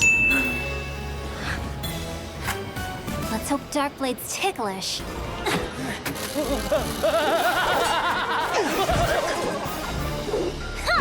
That sword cut through steel like butter earlier, but broke against concrete? Also, who throws their only weapon like that? I don't care how ticklish he is, an experienced fencer like Darkblade would never release their weapon. Also, chainmail is commonly worn under armor, and Darkblade does appear to be wearing some here. Chainmail is definitely thick enough to negate any ticklish sensation provided by that toy. In other words, long live the king. Gotta take off. See ya. He didn't use his cataclysm, so why is he rushing? At the end of our battle, I will rule! They still don't know his motivation, huh? Don't worry, Aki. You'll get there. Nathaniel's hair is a different color in this episode. And yes, I noticed it earlier. I just wasn't sure whether or not it was the lighting until now. I got transformed into a knight. So did I. What a nightmare. Adrian, you weren't at City Hall when this all started, so why did you stay here to detransform instead of going back to the school? I'll give you a pass though, since that pun did make me laugh, but I've got my eye on you. Where's the box? In there? Quantum masking, more like quantum storage. Ooh, the box doesn't exist until you observe it. Do you think we should put Cat Noir on the end screen? He did kind of do all the heavy lifting in this episode. Nah, instead we should put a French flag on there. I like it, but it's missing something. How about 2 French flags? Brilliant. Theme. It is only in season 4 that Ladybug begins to take precautions so no one can follow her home. The sin here is not for Ladybug's carelessness, but for Gabriel, a full-grown adult, somehow not figuring out Ladybug's identity much sooner. Did this video just play Ladybug's Lucky Charm theme? Is this suggesting that this music was actually diegetic this whole time? What about all the times Ladybug needed to summon a Lucky Charm quietly? Where does the music even come from? Her yo-yo? Why would it do this in the first place? Was this just a mistake made by the audio engineers? So many questions, so few explanations. Aren't you Alia, the girl who writes the blog about me? The Lady Blog. What you did for Alia today was very cool, Marinette. Tiki, who is constantly shown to be ultra dramatic when it comes to Ladybug's secret identity, is surprisingly okay with this decision, despite it being a terrible one. Linking Ladybug to Marinette's best friend, who has already almost figured out Ladybug's identity on multiple occasions, is just a disaster waiting to happen. Ladybug knows me! My blog! Seeing how Ladybug has saved you personally, fought with you as a supervillain, and dealt with both you and your classmates on multiple occasions, it'd be a little weird if she didn't recognize you. This pigeon mimicking Alia is a cute little detail that I almost missed. So this sin is for making me feel just as blind as the Parisians. That was a joke, by the way. As anyone who has ever used a smartphone will tell you, that video was sent to the trash folder, and is still recoverable. Not only that, there were many other cameras on scene. Even if this perspective was gone, there are still plenty of other videos out there that captured what happened just fine. This is not nearly as dramatic as Marinette thinks it is.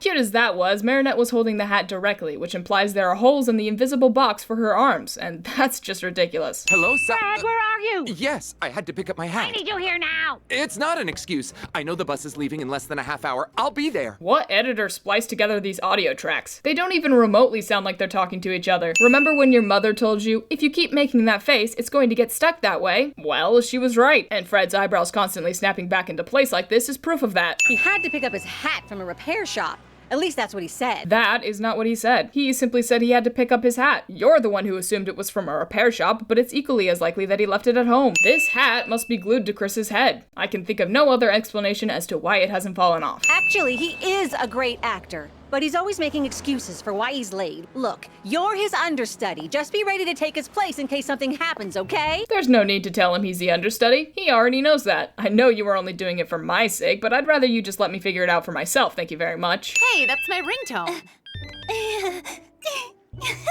What kind of psychopath hangs up on another person's phone? That was my mom. I'll call her back later. What kind of psychopath doesn't call their mother back immediately, especially after their friend hung up on her? Wait! Your bag's still open. All good. Mylène clearly sees Marinette steal Alia's phone and yet doesn't say anything about it. Probably because she recognizes main character drama when she sees it. The pictures displayed on their phones are pictures of themselves, which implies they either switched phones or for some reason have their own picture as the other person's contact photo. No, this is Chris. Sarah asked me to call you with a last-minute location change. The bus is picking us up in 10 minutes in front of the Louvre Pyramid. And this is the point where Fred calls his manager to confirm this last-minute change relayed to him by an obviously jealous understudy. Chris gets fired, and the show goes on as intended. Communication. Isn't it just wonderful? Why do they even need to take a bus? They could all just meet at the Eiffel Tower, right? Seems like a lot of time and money wasted just to travel across town. Hey, Mylène, you want to see the most amazing-rific video? No! Yeah, Marinette's right. I gotta get going. I'll walk out with you and show it to you on the way. All right, see you later. Wait, I have to show you my awesome Alia, you were supposed to show her the video while you were walking. Stopping to show her defeats the purpose of leaving the bakery with her in the first place. Not like that was a good excuse anyway, since the video is barely 2 seconds long. All I need to do is transform into Ladybug and film myself doing the exact same thing in the exact same place, and then I'll give it right back. That is literally impossible, and no sane person would ever consider this to be a real option. Marinette is not well. That, or she actually thinks Alia somehow won't notice a lack of reporters in the background of the new video, as well as the absence of her own voice. The transformation music is too long. Not entirely sure how they managed to mess that up. And it's not not like it was a stylistic choice either, because they didn't do that for Cat Noir. Sarah, where are you? But I'm on time, in front of the pyramid. I thought the meeting place had changed, but Chris said— I don't care. And this is the moment where Fred, instead of saying whatever nonsense he just said, tells Sarah, Chris told me the meeting place had changed. Chris gets fired, and the show goes as intended. Communication. The perspective of these butterflies is just terrible. These butterflies are so small they practically don't exist. I'm giving you the power to make whatever you gesture come to life. This power is much more than just anything he pantomimes comes to life. This is a godlike ability to alter the very fabric of reality. Way to undersell it, Hawkmoth. Are you okay? In a collision, modern cars are designed to crumple in order to absorb as much energy as possible. This is done so that same energy isn't transferred into the passengers' fragile bodies. Not only is this car poorly designed, its invincibility has killed poor Roger. Except no, he's totally fine because this is still a kid's show. Mr. April? If there's something ticking you off, we can talk about it, you know. I guess quantum masking must have erased Ladybug's direct recognition of Fred from Hawkmoth's mind, as well as her later mention of his daughter's name. I don't know what's made you this violent, but I don't think your daughter, Milan, would approve. As he never tries to figure out how Ladybug knows this random performer well enough to recognize him immediately, know his name, and be aware of his family situation. And yes, I'm still angry about that. I will never forgive. These arrows only exist within Mime's mind, which means he missed a perfectly stationary Ladybug on purpose, which is kinda sweet, but also incredibly dumb. My dad's flaking, isn't he? Let me guess, something came up? Yes, but he has reserved the best seats in the house for you, Adrian. Front row. As usual. The car being partway to the Eiffel Tower without Gabriel in it, along with Hawkmoth clearly waiting in his secret lair for an akumatization, are all clues that Gabriel never had any intention of attending the play in the first place. Here's yet another sin for Gabriel's terrible parenting. Normally, it's the villains giving Ladybug and Cat Noir time to power up, but this time, it's Ladybug who decides to do nothing as Mime goes through his needlessly long pantomime. I think this is called How to Pad an Episode's Runtime 101. Maybe try going around, over, or even underground. I mean, you could definitely keep attacking the one place you know there's an impenetrable wall, but it seems like a bit of a waste of time. There, I did it. I wish you did. When he started miming the car, the bars disappeared. You knew that, and instead of saying something or going after him, you just stood there? Also, no, I did not edit that. The show really does just freeze on that one frame. How this episode was ever approved to be aired, I'll never know.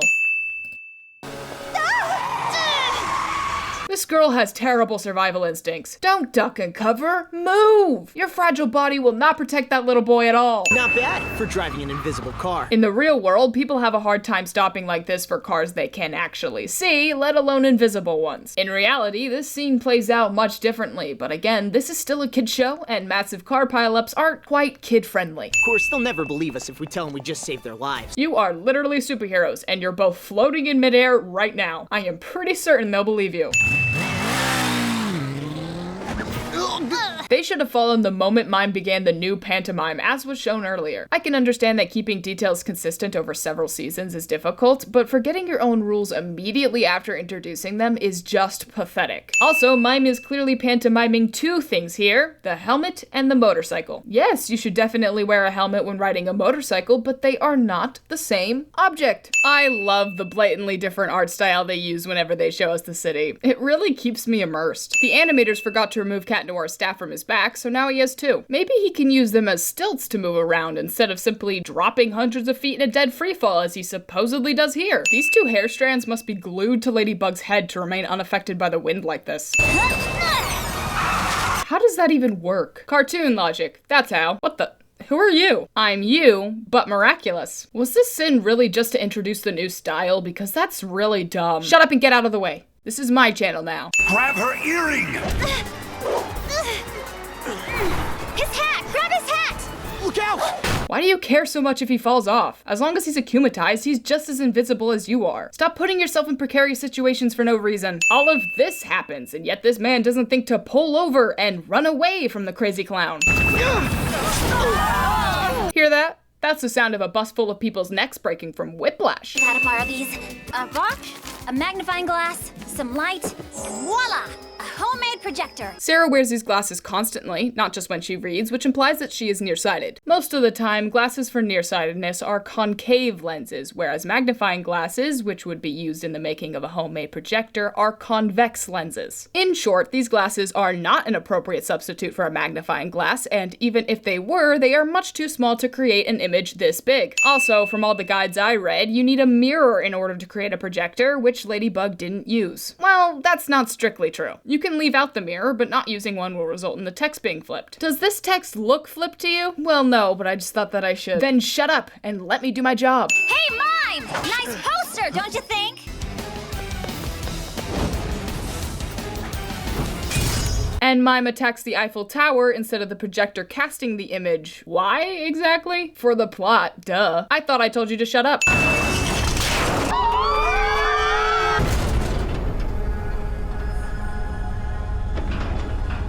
Ladybug makes the incredibly risky guess that Mime, instead of simply jumping out of the way of the obstacle using his superpowers, would choose to stay put and catch it. All of these people would have died if Mime wasn't incredibly stupid. Our heroes, everyone. No, Ladybug, don't! If the deakumatization process occurs immediately after releasing the Akuma, you'll be crushed.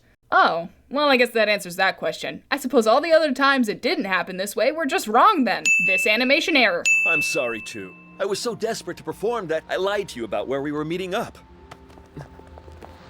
Don't forgive him. What this man did was wrong and he ought to be punished. Stop teaching children that they can do whatever they want and get away with it. And stop teaching children to be doormats. Photography and videography of the Eiffel Tower at night is illegal as the lights are protected by copyright. How does it feel to be the ones getting claimed, huh? Huh? Don't like it very much, do you? They aren't wearing any makeup like they were for the posters, so I guess the posters were just false advertising. Also, I kept from sending this because I thought Fred might wear a wig or something, but seeing as he isn't wearing one here, I'll send it now. These posters are obviously of Chris, not Fred, because Fred does not have red hair. I accidentally erased your Ladybug video on your phone? Chillax, lady. Besides, I uploaded the video onto my lady blog before I showed it to you. I'm so lucky to have a friend like you. For someone with this much foresight, Alia still made the dumb decision to let Marinette keep her phone. She almost dropped it off the roof, remember? But how would you remember that? You weren't there. Hey, don't point out plot holes. That's my job. Yeah, well, it used to be my job, and I did it better. You probably don't care about the surprise I planned for you. There's something inside for you. On the stage. Hello. Alia, right? I've got a bit more time now if you want to interview me for your lady blog. And there she goes, further linking Ladybug not only to Alia, but also directly to Marinette. It's honestly a miracle that her identity remained a secret for so long. Yeah, you might even say it's miraculous. This is why no one likes you. Theme. Welcome to my home. My name is Marinette. 欢迎来到我的家。我的名字叫马里内特。 Using a translator app instead of asking your fluent mother to teach you the phrase is a terrible idea. I think we all know how inaccurate these apps can be. Tiki glitches through Marinette's jacket. This is certainly possible given the Kwami's magic, but was probably not an intentional decision made by the animators. 欢迎来到我的家。我的名字叫马里内特。啊，这可真差劲。啊，这可真差劲。啊，这可。 What did I tell you? Just be grateful you're not using Duolingo. Duo probably would have threatened to do unspeakable things to that man. Where are Marinette's parents? Also, why didn't Marinette go to the airport to pick him up? Traveling in a foreign country is extremely difficult, and it's rude to expect him to do it by himself when he has family living here that can help him. No, wait. I can't explain it exactly, but the audio changes whenever Marinette attempts to speak Mandarin. Maybe it's a voice effect, maybe it's a different voice actor. Either way, it's a sin. Just hang tight. Thank you. You're amazing. What solution? Marinette keeps talking even while the line busy tone plays, which doesn't even play for cell phones anymore, but that's not the point. Where's Alia? If only I knew what this said, but alas, translating text on screen is just impossible. What was that? You're saying anime has been doing that for years? Well, dang it. I mean, seriously, does your great uncle really expect to win the contest with a soup? It's not even a main dish. Please! Doesn't he know how to make sushi like everyone else? Sure, make the white girl a racist. In all seriousness, soup can definitely be a main course. It all depends on what you put in it. Chloe clearly has no idea what she's talking about. Well, I despise soup. Soup is such a broad category that this statement makes no sense. That's like saying you don't like ice cream just because you ate pecan ice cream once and thought it tasted weird. Didn't you know? I'm on the jury. Your uncle will not be getting my vote, for sure. Chloe making brazen statements like this before she's even tasted the food should immediately get her disqualified disqualified as a judge for her extreme bias alone. Not only that, why on earth is she a judge in the first place? For a competition that's meant to decide who the world's greatest chef is, I don't think anybody cares what a random teenager thinks. Chang Sifu cuts these vegetables so well, they lose most of their mass in the process. Let's see if the other judges enjoy your uncle's soup after this, Marinette Dupen Chang.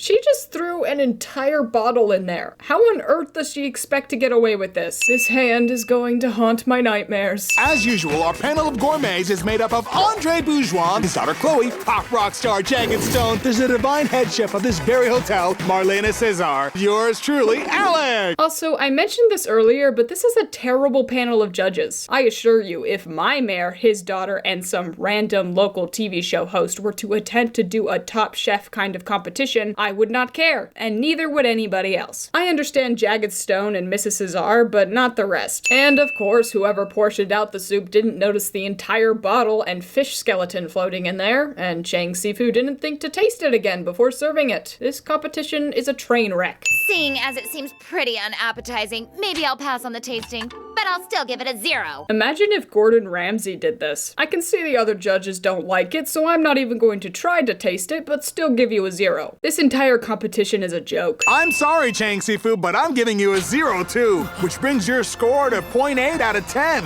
the lowest so far. Alec is apparently really good at math. That's a sin because I had to use a calculator to make sure he was right, and that's a minute of my time I'll never get back. Was right.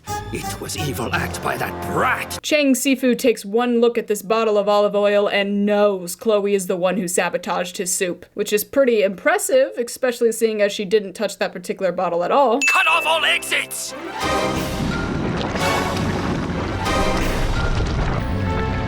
I know it's literally magic, but there is no way these 2 containers hold enough caramel to cover this entire building. It might taste good, but it's totally indestructible. Looks like we're trapped inside. Once again, Adrian, the holder of the Miraculous of Destruction, says something is indestructible after putting forth minimal effort to destroy said object. One more time and it might become a cliche.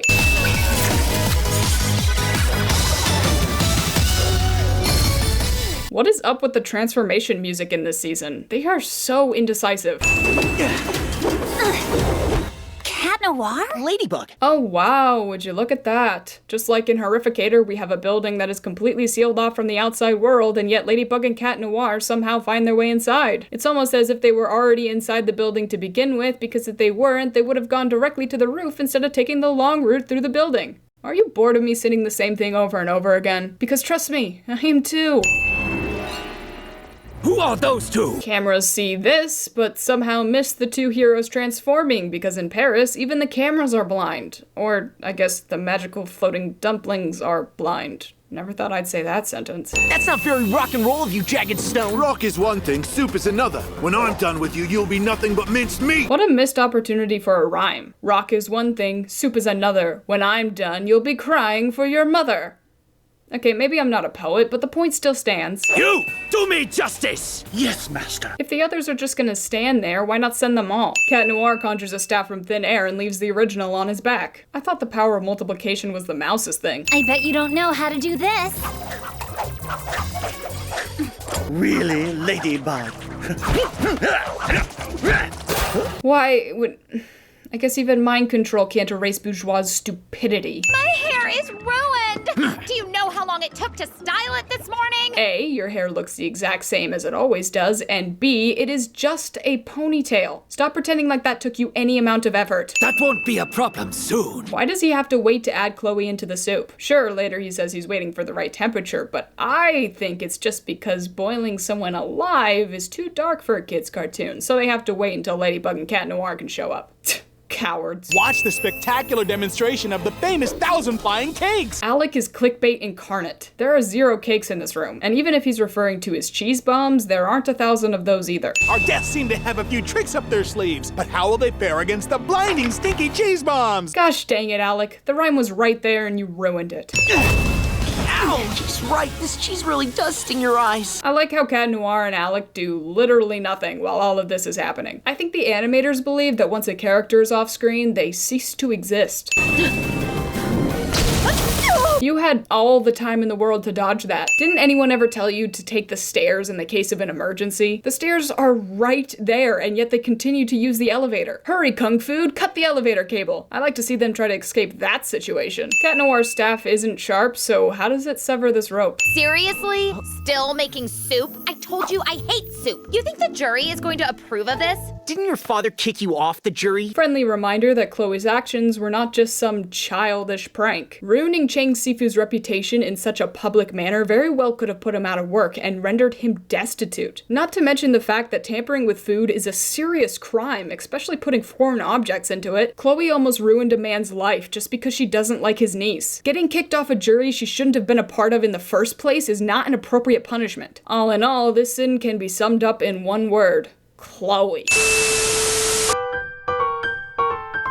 No problem, Marinette. Don't worry. It's horrible to lose face in China. Utterly ridiculous. Theme. Dear Diary, guess what? I was 2 spots away from transforming back and revealing my true identity to Cat Noir. 2 spots translates to 2 minutes, which may not seem like a lot of time until you try sitting in silence for 2 minutes straight. Go ahead and try it. It'll drive you mad. Marinette's pen is all the way up here when it should be down here, nor is it touching the page as it isn't leaving any marks. Also, she's not even writing on the lines. This one's above it and this one's below it. You're just wasting paper at this point. Leaving the key in the box defeats the purpose of locking it in the first place. What's going on, Alia? Tryouts for the Paris Ultimate Mecha Strike 3 tournament! Alia shushes Marinette, but doesn't care about Rose yelling in her ear. This was probably done to give Rose more screen time, which is an extra sin, as her voice makes my ears bleed every time I hear it. Wait, hold on. Are Max's glasses actually feeding him these calculations, or is this just a visual representation of how he thinks? Because if it's the former, I'm pretty sure that's cheating. Because he's unbeatable. He's a total rock-sore. Rock-sore? Rock-sore? Rock-sore? Oh, I see. Wait, what the heck does that mean? He's got the highest APM over anyone. APM? Actions per minute? APM does not necessarily correlate to wins. I can button mash on Smash Brothers all I want, but I still can't beat my brother. Adrian is now in the lead. So let me get this straight. If someone manages to beat Max's score, they'll team up with Adrian at the tournament? Are you out of your mind, girl? This is about stepping up and representing, not snuggling up and snogging. This is serious business. If Marinette is better than Max, then she should be on the team. This is not about stepping up and representing, Alia. This is about winning. Seriously? How could anyone spend so much time in front of a screen? That's rich, coming from... Oh, well played, episode. Well played. A competition. I know you like that, my little evil Akumas. Little evil Akumas. I can't believe it. She beat him? Beat him? She pulverized him! I should have been going to that tournament. I was the chosen one. I worked so hard for it. This is inconceivable. A logical thinker like Max would never act this way. He wasn't the chosen one. He was a guy that worked hard to be better than everyone else, but still lost to someone more skilled than him. It's understandable to be upset about it, but whining about it in this manner is not something Max would do. Ew, why does he do that? If all you wanted to do is spend time with Adrian, there are other ways to do that. What are you getting at? You know how much Max wanted to be in that tournament. Kim said he'd been training for it all year. Who cares? Marinette and Adrian were both better than him, therefore he is not fit to be on the team. This episode is determined to make Marinette the villain, but that simply isn't true. They're trying to make the argument that Max's motivation is intrinsically better than Marinette's, but you know what? I think Marinette is the one who deserves to go to the competition because all she wants to do is to help Adrian win. Meanwhile, Max is a selfish loser who only wants to be the best. Now, obviously I don't actually think that, but you see how easy it is to flip it around? In truth, neither of them is morally wrong. Marinette was just better than Max, so he's off the team. Oh, but Sally, he worked so hard for it. So did Marinette. Sure, she wasn't specifically training for the competition, but she still trained a lot with her dad. Why is his hard work more valuable than hers? Short answer, it isn't. One more thing before I move on. Why isn't anyone angry with Adrian? He also beat Max, and nobody ever says that he grinded all year to get this good or that he really wants to win. So why isn't he evil for beating Max? Are his motivations somehow better than Marinette's? So this is not happening! Calm down, Marinette. You still have time. It's not like he's gonna show up this very minute. Tiki, you're supposed to bring good luck, not jinx your holder like this. Everything going good? I thought, just in case you wanted something to eat. No thanks, Papa. We're training. Adrian's face. Marinette's hair moves when she smiles. Cute characterization, but it doesn't make any sense. Actually, you know what? I've got a secret. This is why I win. are you messing with me? Try playing a match with it. Aw, they're so cute! We better get out of here! I know Adrian's probably leaving to go transform, but abandoning Marinette like this is cold. Game over! Not yet! Here comes a new challenger! Cat Noir just threw his staff, but somehow it's still on his back. I heard Miss Video Game Champ here really ticked off the final boss. How would Cat Noir know this unless he attended Marinette school? Huh? Oh, sorry, I've just been told that Quantum Masking called and told me to shut up, so I'm going to do that now. He's a life-size robot from Ultimate Mecha Strike! I know! And it's nearly at level 3. 4 is the highest level. Wait, you know that game? Duh, of course. Less talking, more Akuma snatching, please. Get away from here, as far as you can! Hurry! Hey, Tin Can! Over here!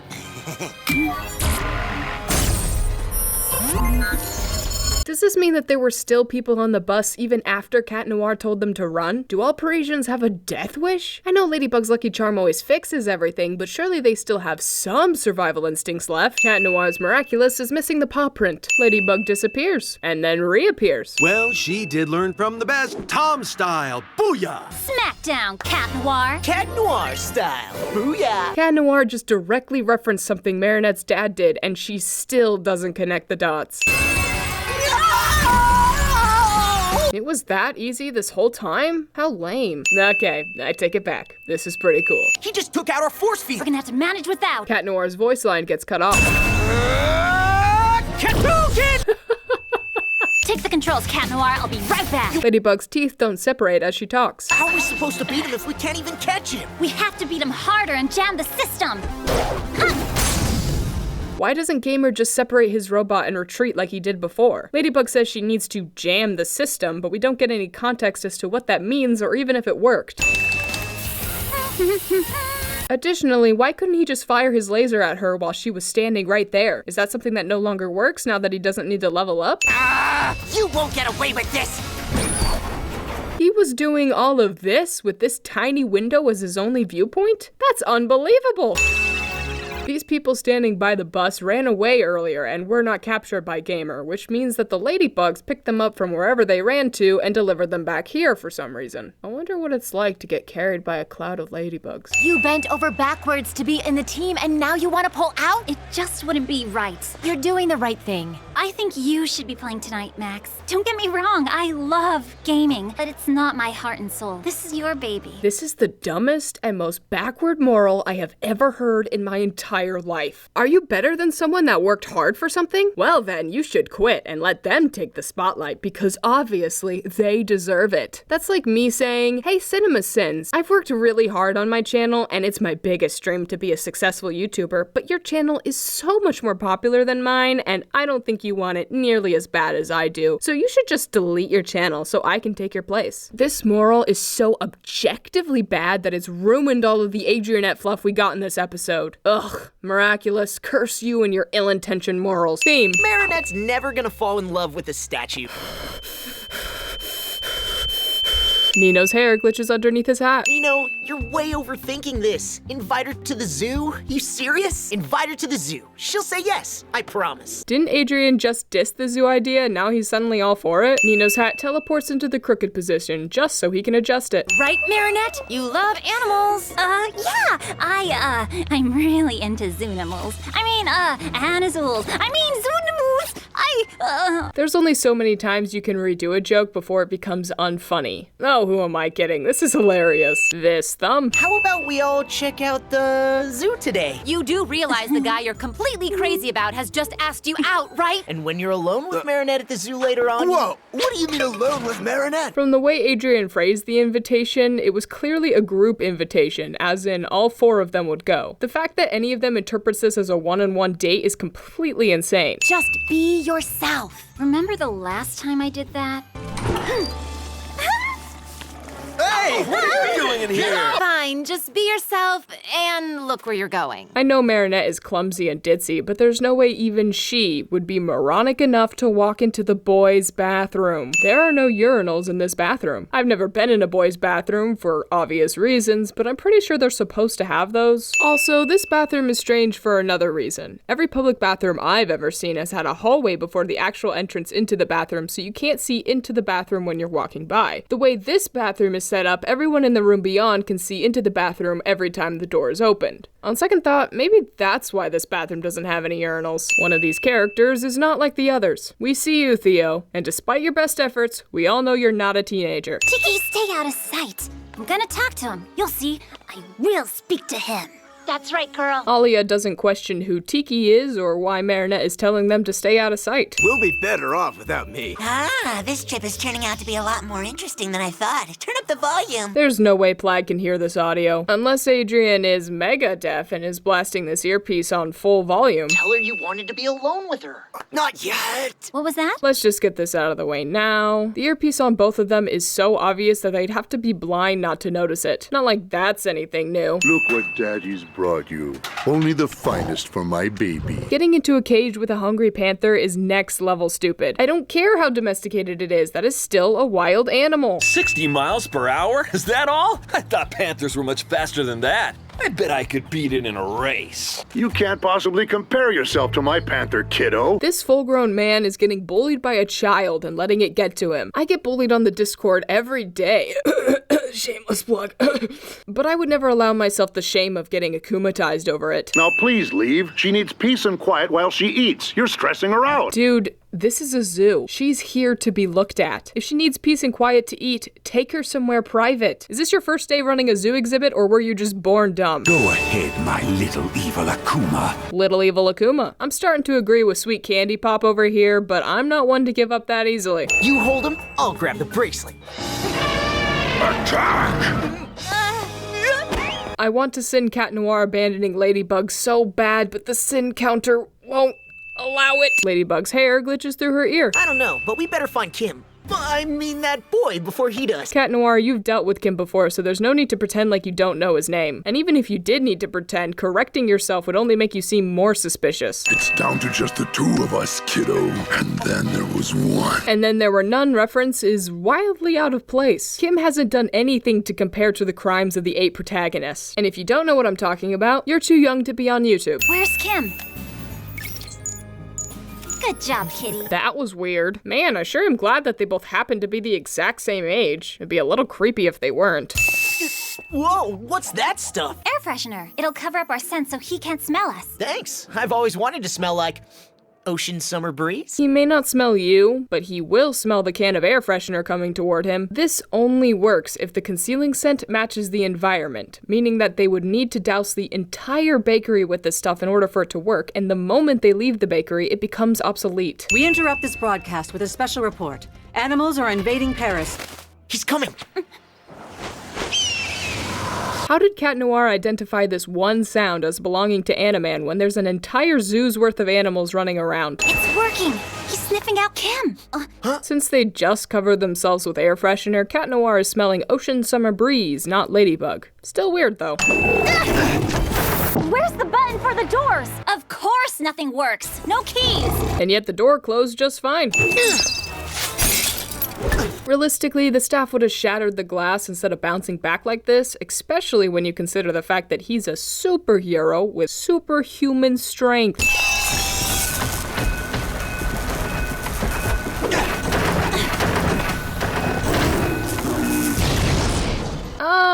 I'm no mechanic, but pretty sure that's not how that works. It's not exactly a cage, but it'll do. An ant could easily find its way out of this bus, unless it was airtight, which, honestly, seems like something someone in this universe would do.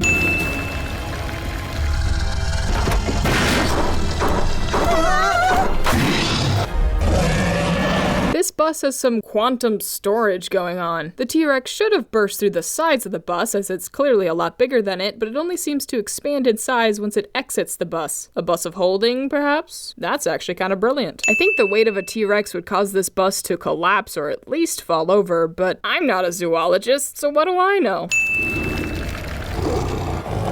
All these transformations seem to be tiring him out. I know they said he was tired, but he doesn't even make an attempt to transform here, and that just makes him seem pathetic. Well, he was bullied into villainy by a teenager, so I'm not sure how much more pathetic he could get, but you get my point. Where does the hair begin and the ear end? Or maybe it's the other way around. Either way, it looks like Adrian's growing a lot of ear hair. Beam. I don't have a thing to wear. This one is way too pink. Those ones are so last season. Those ones didn't cost nearly enough. And these are never in season. Ugh, I hate all of these. Cut the theatrics, Chloe. We all know you're going to wear the same thing you wear every other day. Those ones are so last season. And these are never in season. Call me unfashionable, but aren't these the same shoes as these? Hey, wait! Come back, shoes! It's not true. I love you. As much as I hate Chloe, even I have to admit that was funny. That girl's a total wreck. Maybe she's missing her BFF? Sabrina has been absent since yesterday. Sabrina's been missing since yesterday and nobody's reported her missing? Not even her father, an actual cop? Ow! Someone pulled my hair. It's some invisible, mystical being, like a leprechaun or a unicorn without the horn. Leprechauns and unicorns aren't invisible, so I'm not sure why Chloe would say this, other than to appear even more insane than she would otherwise.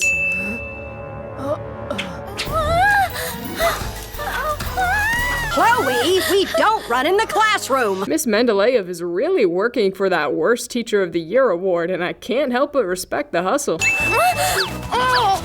Compose yourself, Miss Bourgeois.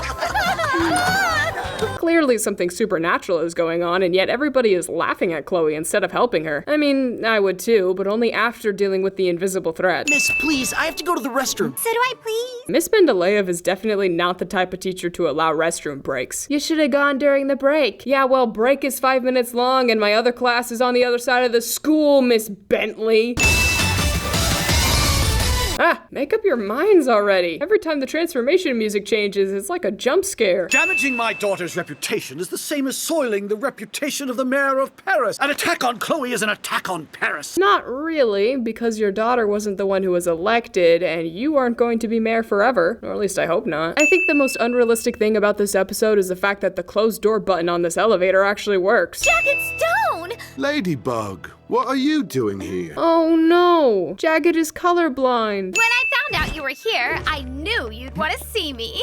I had to come say hello. Well, you did the right thing. Hey, what's the dealio with your hair? Oh, so he did notice. Oh no! Jagged is an idiot! I'm Ladybug. Look! Fang is sitting way too far away to be hit by this yo-yo. Chloe, I found Big Mustachio. Chloe? But... You're not Ladybug. But Chloe, how was I supposed to know? Situational awareness, Sabrina. Although I can't really blame her. After all, you'd have to be brain dead to be Chloe's friend. Get out! I never want to see you again! Mademoiselle does argue with her friend Sabrina at times. I'd even go so far as to say that it's the norm. Red alert, red alert. Abusive relationship detected. Please do not imitate. Sabrina came back the next day. Sabrina who? But of course you do, Chloe. It's me. Your BFF! We've literally never seen this brooch before aside from this one picture, and all of a sudden the episode shows it to us like we're supposed to understand what it means. Also, this brooch is bendy and metal shouldn't do that. These security cameras have suspiciously cinematographic angles. Also, it seems like a bit of a privacy breach for Chloe to have access to them, although I guess that last part doesn't really matter since this luxury hotel is always empty. Sabrina must have picked up that remote for her because it flew out of her hand rather unnaturally. The one interactable item is a different color to show the player that they're supposed to pick it up. This is a common tactic used by game devs. They'll never see me coming, Hawkmon. The flower, Look out, Ladybug! Dropping this rose was an incredibly dumb decision, but I've already talked about Sabrina's mental capacity, so I'll just leave this in here. I've watched this scene 10 times, and I still can't figure out why Ladybug's hair moves like that. Great job, Ladybug. You've turned one large projectile into several smaller, sharp projectiles. Excellent work. I don't think that's where the Akuma is. The Akuma has to be in the designer pin I bought her. You need to leave. It is a bit dumb that Ladybug doesn't listen to Chloe, but she is putting herself and them in danger since they have to risk their safety in order to protect her. It's understandable that given the situation and her knowledge of Chloe's personality, that Ladybug doesn't immediately trust her every word. So I guess this sin is just because of the unhealthy amount of hate I harbor within my heart. Your days are over, Akuma. Huh?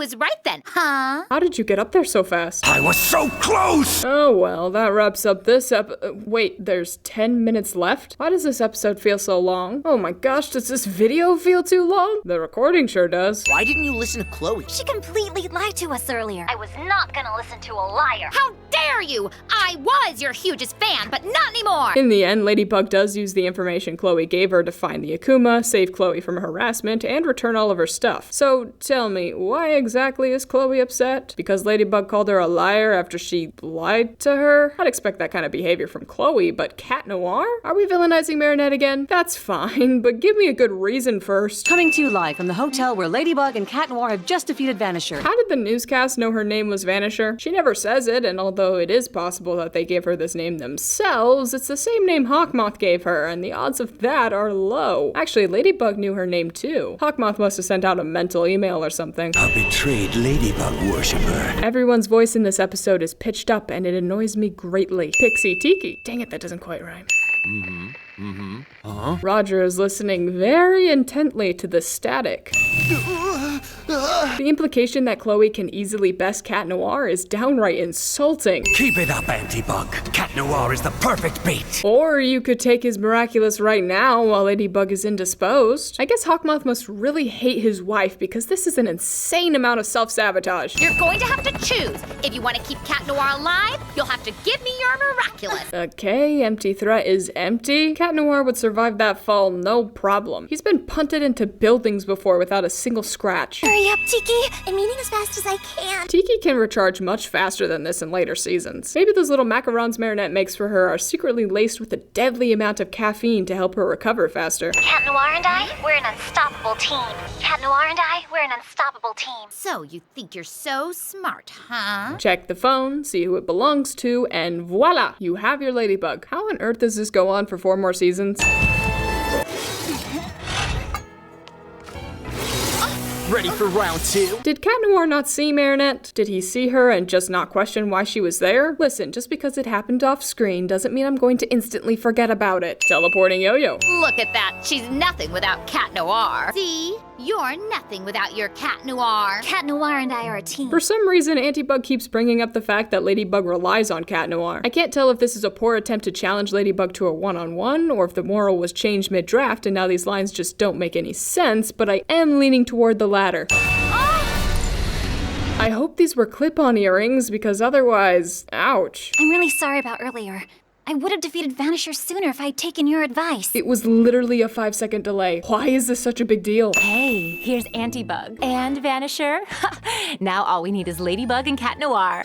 Irony. In the daytime, I'm Marinette. Oh no, they pitched the theme up too? That's doubly sinful. This lighting is terrible, and unfortunately it's not just confined to this one scene. The entire episode is like this. I'm the cat meow. He shouldn't see that. Even Manon, the worst child to ever exist, thinks Cat Noir's flirting is creepy. Too bad the writers couldn't take a hint. What do the baddies want? What do they usually want? Lady Wi-Fi wanted to reveal Ladybug's true identity, and Evillustrator wanted to get revenge on a girl for making fun of him.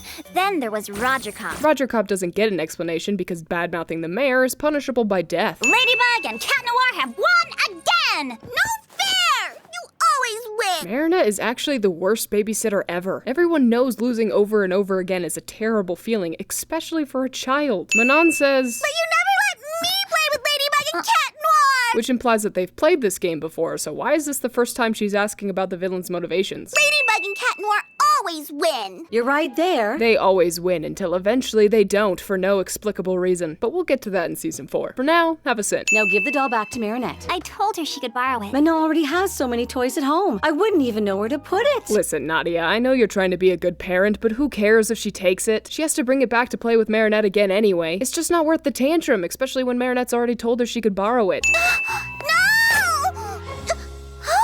Look what you've done, Manon. Look what you've done? Are you kidding me? I cannot believe you're forcing me to side with Manon, but this is 100% your fault. You're the one who yanked it out of her hand when you're a full-grown adult who knew it would rip.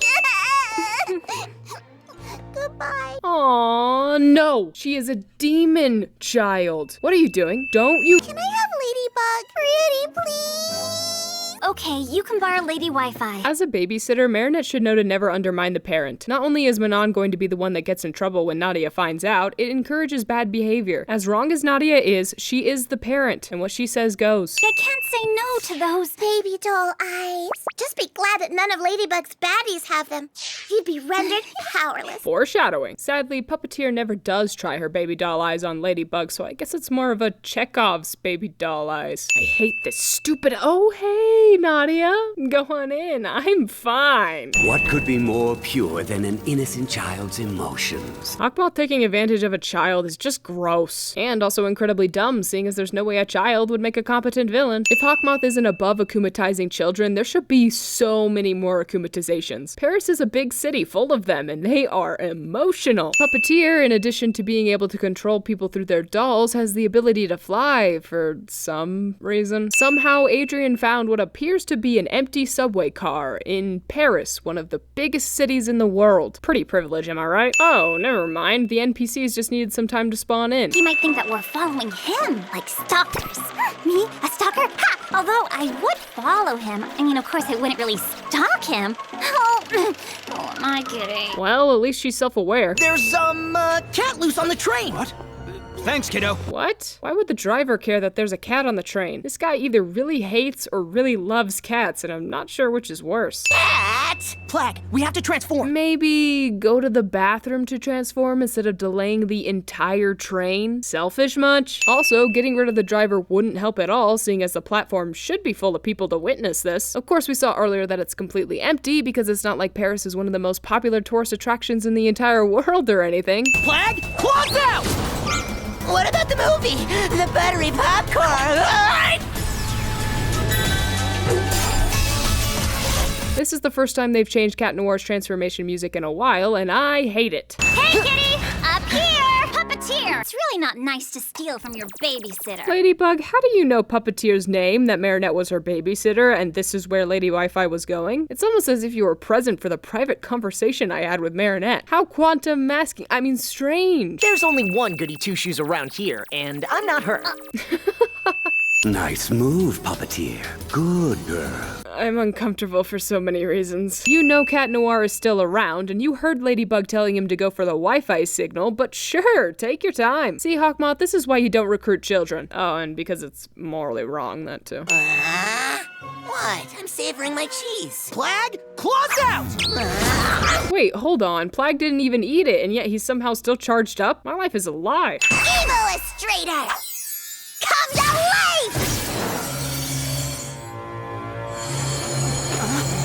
Plus 100 sins for messing with Nathaniel. Yeah, I know it's dumb, but as I said in my Evillustrator video, I reserve the right to play favorites. Cat Noir! Come to life! Why would you not start with the Cat Noir doll? Ugh, kids. Use Cat Noir to seize Ladybug's doll. When you control that one, you'll have won everything. Why doesn't Ladybug just destroy the doll so Puppeteer can't get it? It's not like it's a voodoo doll that would kill her if she did that. At least not yet. Conversely, what exactly counts as a doll? Could Puppeteer grab a toilet paper roll and draw Ladybug's face on it and then use that? In fact, now that she is Evillustrator, she can make as many dolls as she needs. Ooh, what if she made a doll of Hawkmoth and then became the big bad that way? From what little I've seen of season 5, I'm certain she would be a better villain anyway. 1 against 5? That's not very fair and square. She didn't play fair and square. Ladybug just quoted something Manon said to Marinette. I don't expect Manon to pick up on it because she's a child, so this sin is once again on Hawkmoth for akumatizing a child. The doll! She got away with it! Get it! Just use Evillustrator to— and he's gone. Oh well.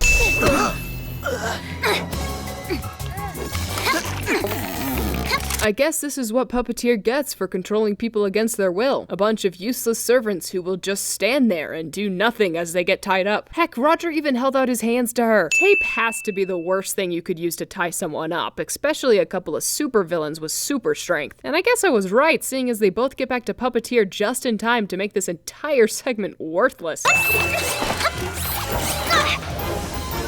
I'm not certain this would work. Cat Noir is taller and therefore heavier than Ladybug and most likely would not be launched into the air like this. But then again, I am not a physicist. If you want this doll so badly, come and get it!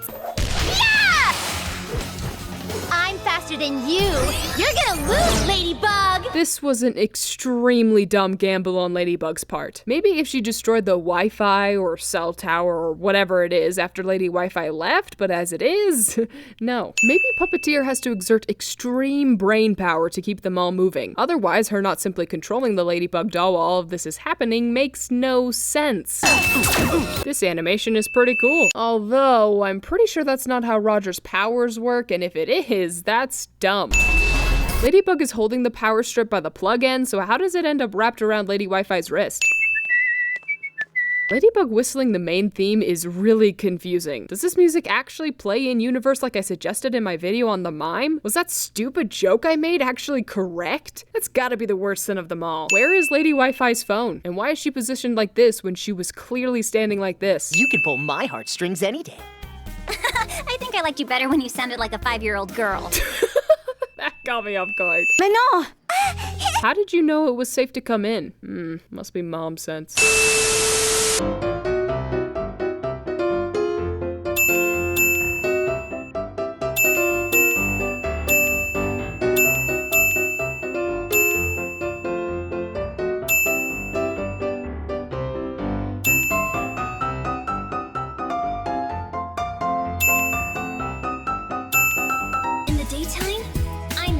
Oh, good. The theme is back to normal. And as far as I can tell, everyone's speaking voices too. To show my gratitude, let's start off this video with a negative sin count. And if you think that's too generous, well, just trust me, it's only going to get worse from here. Principal Damocles poses with Marinette's class, but not this class. He also poses with the class at the end, so I guess he just must really hate this one class.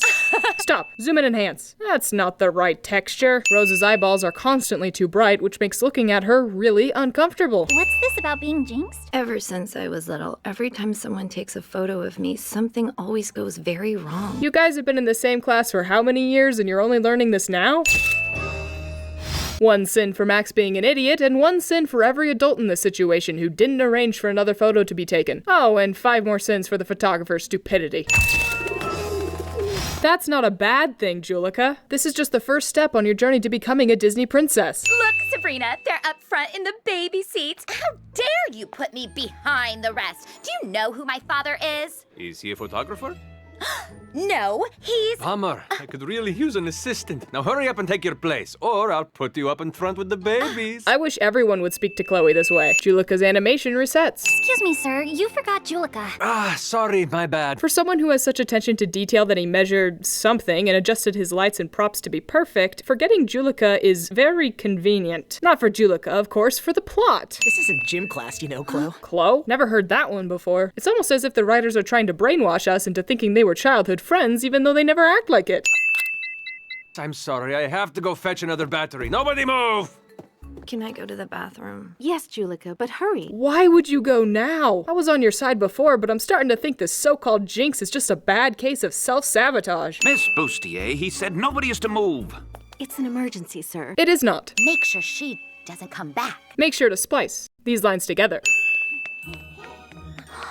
Very nice of this chair to come out of nowhere and service the plot so conveniently. How'd you get here? She used her perfectly healthy legs to move, Adrian. It's not that hard to understand. But wait! One sin for every adult in this situation. Wait, I'm getting some major deja vu.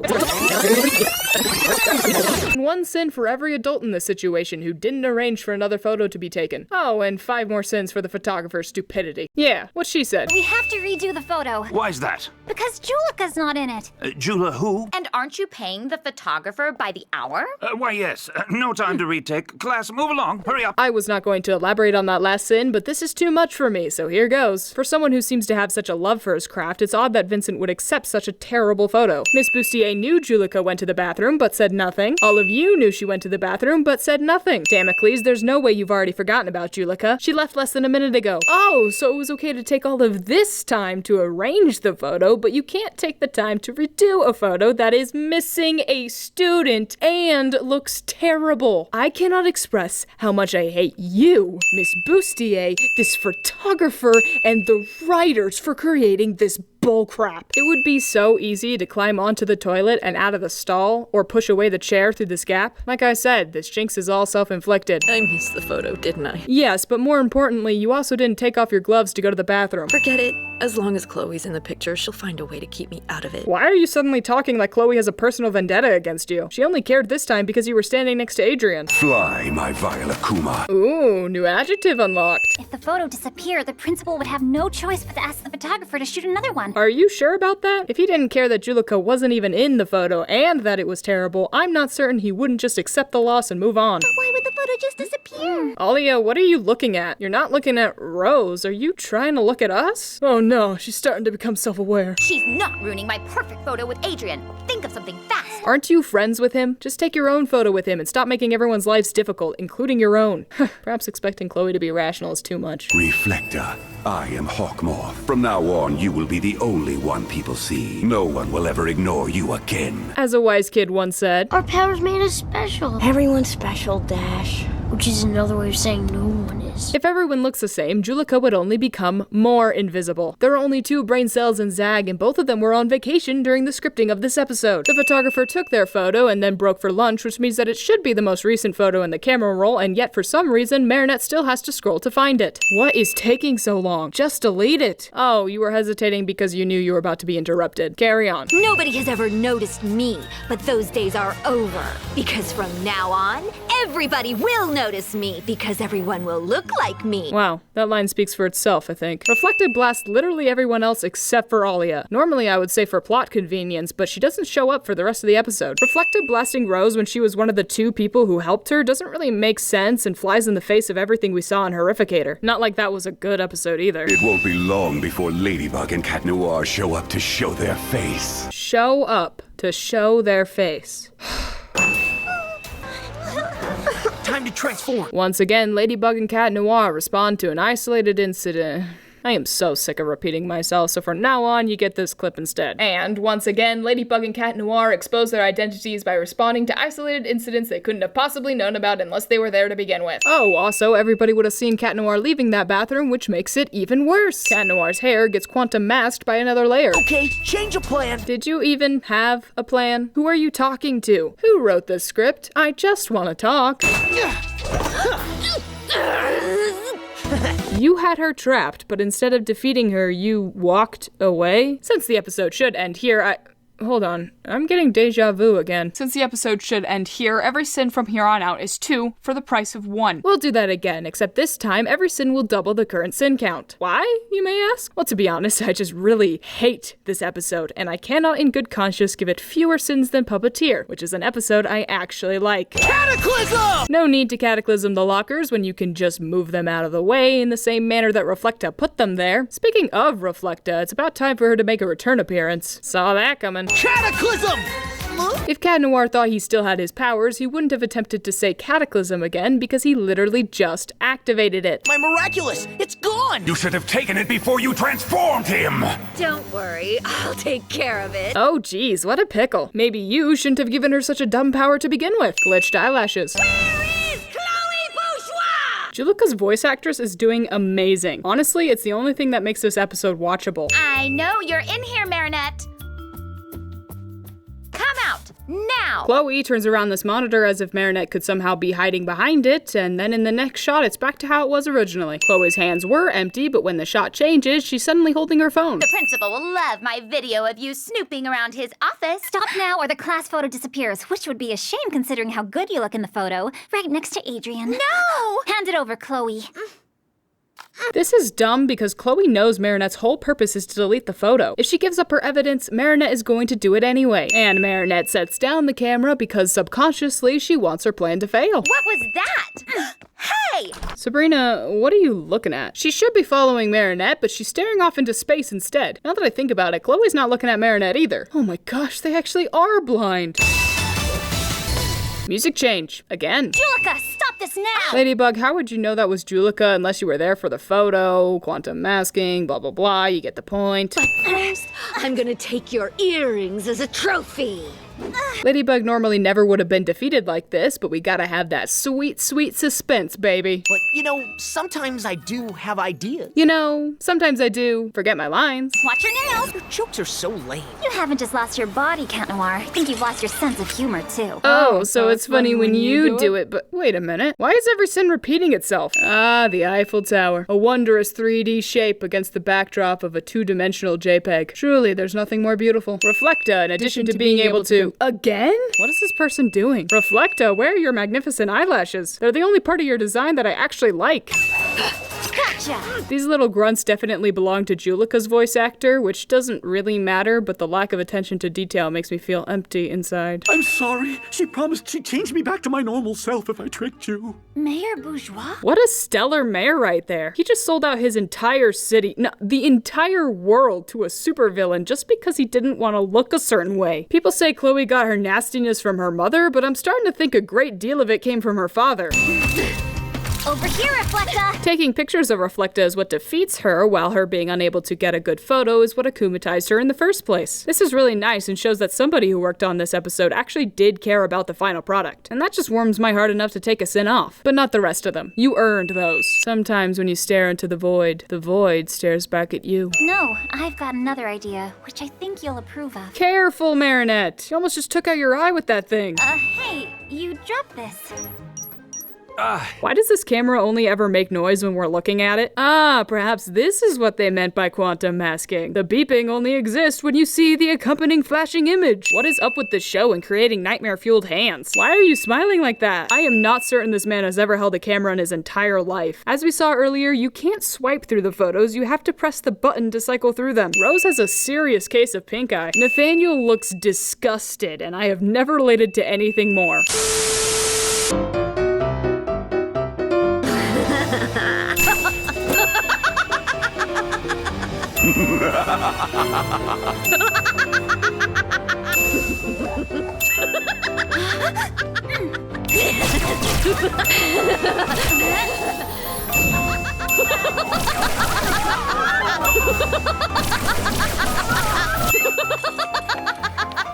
This rock and roll theme.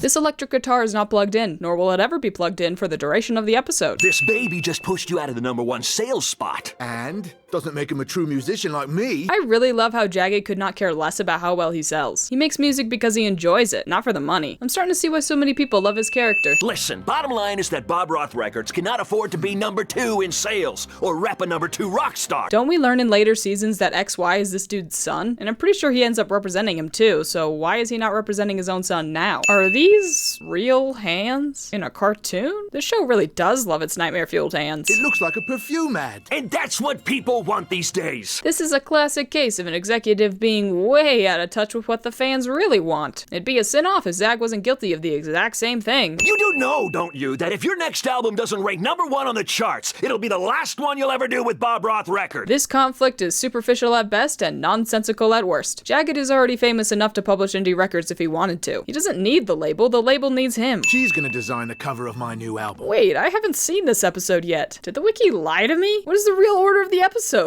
I'm so confused. XY's music is so cold and lifeless, repetitive, mundane, the total opposite of Jagged's. This episode was ahead of its time. This is exactly how people describe AI art. And they're right, to be clear. I just find this message from a corporation like ZAG rather ironic. And what I've just done here is so not my style either. So why are you doing it then? Because that's what I was asked to do. This is actually a pretty interesting dilemma. As an artist, do you do what's popular or do you follow your own heart? I can hardly expect the show to address this topic properly, but I commend them for trying. Marinette's been working on this for so long her hand broke. Marinette's eyeshadow disappears. Twice. What happened to the raw, impulsive artistry that made this? Made what, Jagged? Are you talking about the glasses? Two issues with that. One, they're not here right now, so referencing them is confusing, and two, they're not that creative. You my girl, Marinette. Oh, she teleported closer to him. I guess Jagged just has that effect on people. It's not about music, it's about technology. This computer is programmed to produce music and lyrics people will like. It's guaranteed success. Wow, they really were ahead of the times. I guess I have to take a sin off this time. I agree with the message too much not to. The tablet clips through Jagged's face.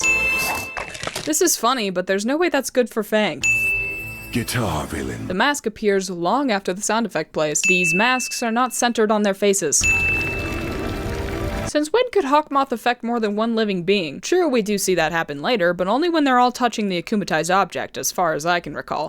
Hey, hi. This is honestly terrifying. Amazing Chloe has got a surprise for you. Sally doesn't like it when characters speak in the third person. Talking bag. New technology. Import from Japan. You could have just said you were looking at your phone, you know, or ignored him. It's none of his business. Jagged's hair desperately wants to escape this horrendous design, and I can't really fault it for that. But I can fault the animators, and I will. Why does his mask fade at the edges? Why is his hair translucent? Have I mentioned that the animation in this episode is bad yet? Because it is. It really is. Grr, I'm so angry.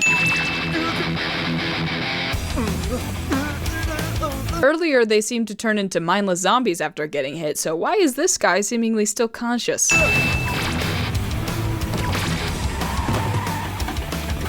This white car wasn't hit by Guitar Villain's dumb name, by the way. Blast, it just wanted to join in on the fun. Come on, why don't you try to rock my world? You ever think that if Ladybug and Cat Noir stopped showing up, Hawkmoth would most likely stop akumatizing people because there would be no way for him to find them and their Miraculouses, and continuing would be pointless? So when trying to help, our heroes are actually making everyone's lives worse, and it would be far better if they had never been given the Miraculouses in the first place? What does that have to do with the episode? Absolutely nothing. I just thought it'd be a good time to bring it up. Awesome solo! Since when could Jagged just change what his guitar does? This scene is littered with animation errors, like this blast somehow being visible through these cars, this crack forming on the opposite side of where the pillar was struck, Cat Noir's arms breaking, and my personal favorite, Cat Noir's ears popping off. But I don't have the time or energy to go through this entire episode frame by frame, so here's 50 extra sins for any animation errors I missed, and we'll leave it at that. Falling from that height would slam you into the building, regardless of whether or not you land on your feet. Cat Noir's staff disappears. This actually happens a lot, but it's not nearly interesting enough to talk about every time, so here's 10 extra sins for all of those instances too. An hologram? Theo? I'm not surprised. You always were shady. We have to leave the studio immediately. Why does Alex's voice sound so robotic? Awesome solo! His guitar is pointed up, and yet the blast flies perfectly straight. This happens a few times, but this is the most noticeable. Have another 5 sins for that. Man, I feel like Oprah. And you get a sin, and you get a sin. So what's this guitar villain gonna do? Blow me away with his evil guitar solo? Yeah! To go. Eat him, Fang. Oh, wait, he's a victim. Well, here's a sin on him for being stupid, and I still hope he gets eaten. Cat Noir's hair is the wrong color for the rest of the episode. Ladybug's yo-yo extends past her hand. The yo-yo can't be broken, but it sure looks like Fang snapped it in two here. Easy, easy, nice dragon.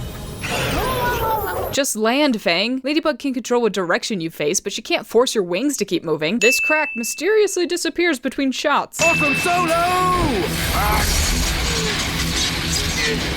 Does Cat Noir's cataclysm work on magical energy? That's interesting. It's also interesting that the Miraculous of Destruction lost that battle, but maybe that's just me.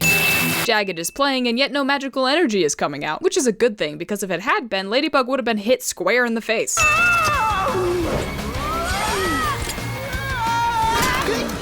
Yeah, no, he's so dead.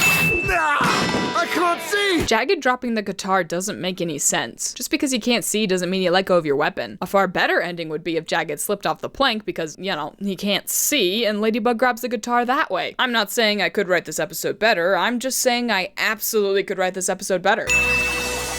Actually, the right chair is the one that got knocked over, not the left. I'm convinced no one on the team actually watches the episodes before they release them. Why is Jagged's hair all messed up? Were the magical ladybugs hazing him? What's he doing here? What do you mean, why is he here? He got akumatized, you dolt. Because of you, might I add. I can't believe I've just designed the cover for Jagged Stone's new album. I certainly hope you got paid in more than just exposure. I can't feel my legs anymore. Hold me up. I'm gonna fall over. Is he still around? It's okay, he's gone. You can fall over.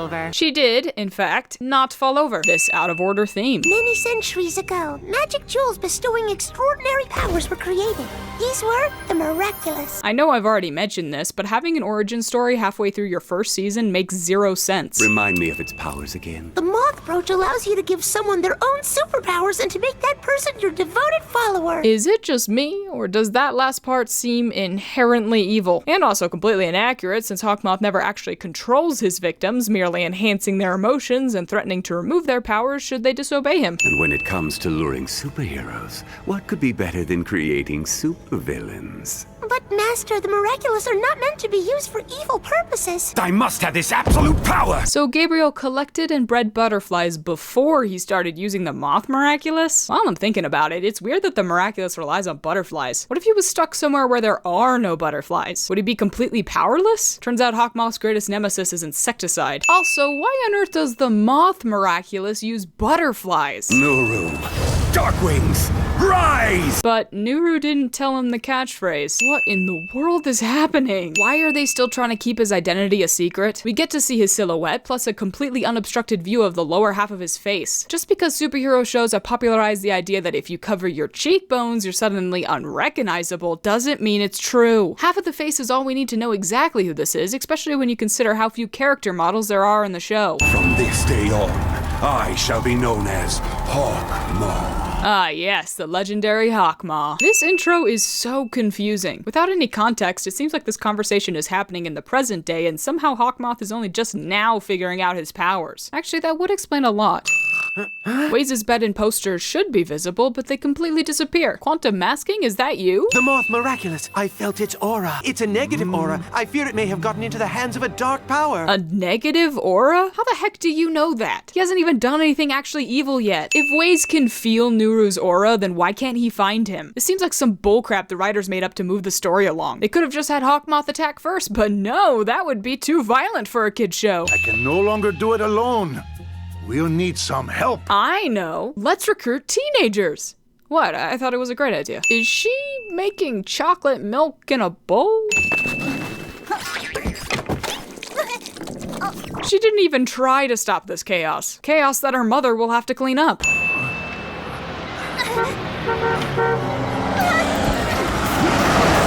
Foo's brilliant plan was to walk in the middle of traffic and hope some kind-hearted stranger would save him. Smart. This driver should have stopped. Really, where is Rogercop when you need him? It would have been faster and safer to push him back the way he came, not pull him forward. Marinette's already failing this superhero gig. To be fair to all of these people, the light is clearly red. You would have to be a complete moron to try to walk across now. Besides, there are still a few left. Fu just takes one of these macarons without even asking. Ooh, I've been waiting to use this one. This is a whole mountain of evidence that Fu is an apple. A jerk. Thank you very much, young lady. This young lady helped me cross the road. I think I'd better entrust her with the most powerful magical artifact to ever exist and rest the fate of the world on her shoulders. What could possibly go wrong? Nino, why don't you have a seat in the front row this year? Wait, this year? But Sabrina says... New school, new year, new seats. While unlikely, it's certainly possible Miss Bustier teaches at 2 schools, but Marinette also says... Chloe, this has always been my seat. So was the old school laid out the exact same way, or do the writers just have amnesia? Listen, Adrian's arriving today, and since that's going to be his seat, this is going to be my seat. Get it?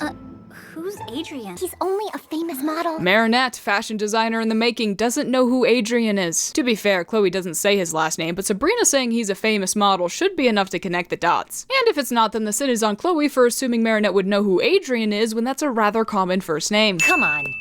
Whoa! What the heck, Alia? There was no need to pull her like that. Where did all the macarons go? There were a lot more in the box back when she encountered Fu, and I refuse to believe she ate them all by herself. I so wish I could handle Chloe the way you do. But she didn't handle Chloe. She gave her exactly what she wanted and tripped you in the process. You mean the way Majestia does it. She says all that is necessary for the triumph of evil is that good people do nothing. When I first watched this, I thought Majestia didn't exist. But thanks to the New York special, we know she's real. So Fu, despite knowing there are actual superheroes around that he could ask for help, instead turned to 2 random teenagers. Also, Majestia didn't say that. John Stuart Mill did. Don't try to rewrite history with your Wonder Woman knockoffs. That was the most half-hearted attempt to animate a character drawing a line I have ever seen. It's honestly a bit impressive how terrible it is. Ah, yes, Marinette's never heard of Adrian before. Thank you, young man. This young man helped me up. I think I better entrust him with the second most powerful magical artifact to ever exist and rest the fate of the world on his shoulders. What could possibly go wrong? This paper can't decide whether or not it has holes in it. Kim!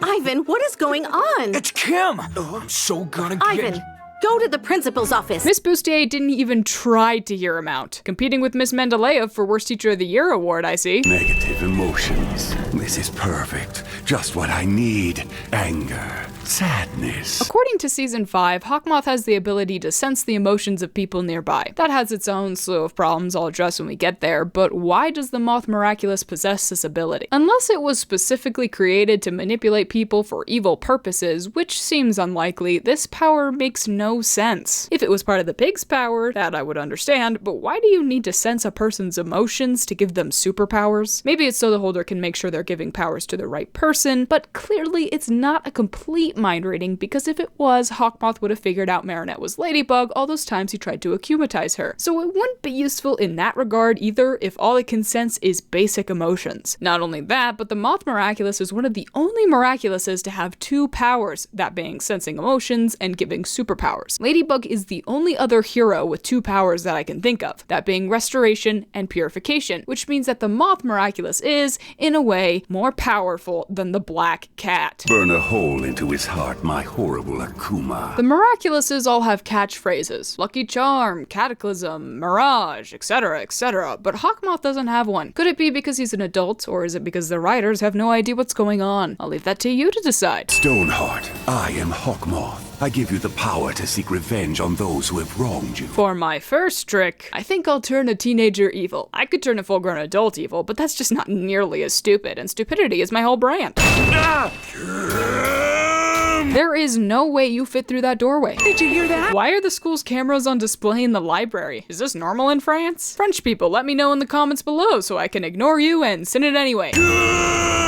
Why did Stoneheart break out of the office window when he could have just turned around and exited out of the courtyard with much less effort? I'm not giving you any style points if that's what you're after. Hello? Is this the police? Get me the army! Yes, hello, police. I need the army. Stat. No need to ask questions. I'm a principal, and I have that authority. He had Ivan's voice? How on earth could you tell? You didn't recognize Cat Noir's voice in Reflekta, so how on earth can you recognize this? Hey, where are you going? Where there's a supervillain, there's always a superhero close behind. No way I'm missing this! But you don't know that. Also, supervillains tend to cause mass destruction and death everywhere they go. Why so violent? That car isn't Kim. And don't you know exactly where he is? Why does it take you half an episode to get to where you want to go? I didn't know Paris already had lasers. For your information, tasers don't work on rocks. The prongs would just bounce off. Therefore, these must be lasers. What's this doing here?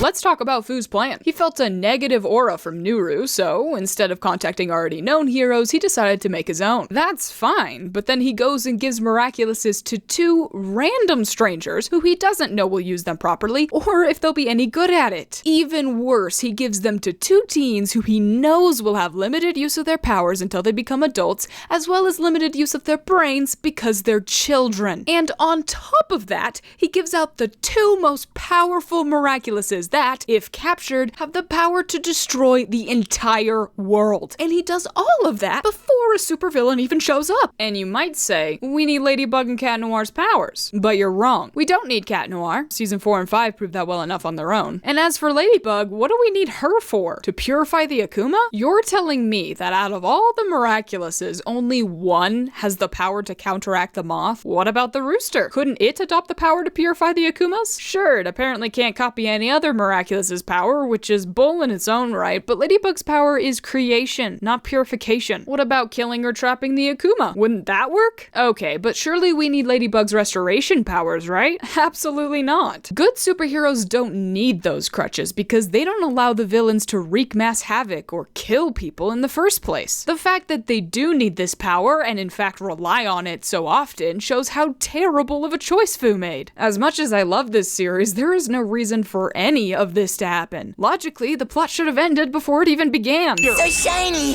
Can you eat this?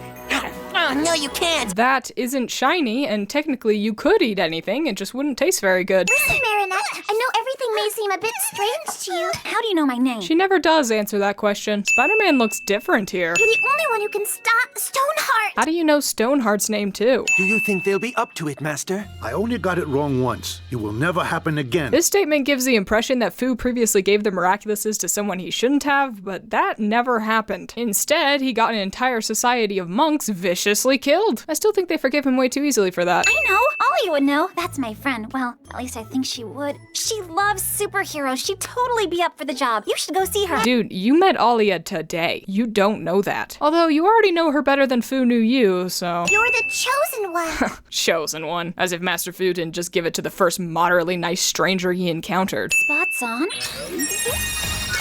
Whoa! What is happening? That was underwhelming, to say the least. Also, she didn't say Tiki, which I thought was a required part of the transformation phrase. Marinette, did you get home okay? Oh, yeah, Mom. Just super. Marinette, you in here? Tom, we'd better call the school. Despite all this screaming, somehow Marinette's parents think she's not home. Just how small is Paris? What are the odds that they literally run right into each other? I'm, Cat Noir. Yeah, Cat Noir. Adrian just randomly chose the name the holders of his Miraculous have been using for centuries. What incredible instincts. Trust yourself. Trust yourself. Ladybug's yo-yo is like Rapunzel's hair, always wrapping perfectly around exactly what it needs to, no matter how improbable the situation. Although, I think we all know which one's better. Uh-oh. I guess I only get one shot to use my power. And why are you just sitting there? His right hand. It's still closed. He never opens it. It's like the Russian dolls. The object isn't on him. It's hidden in his fist. What does that have to do with Russian nesting dolls? What am I even looking at? Oh yeah, the tap! How do you know her name?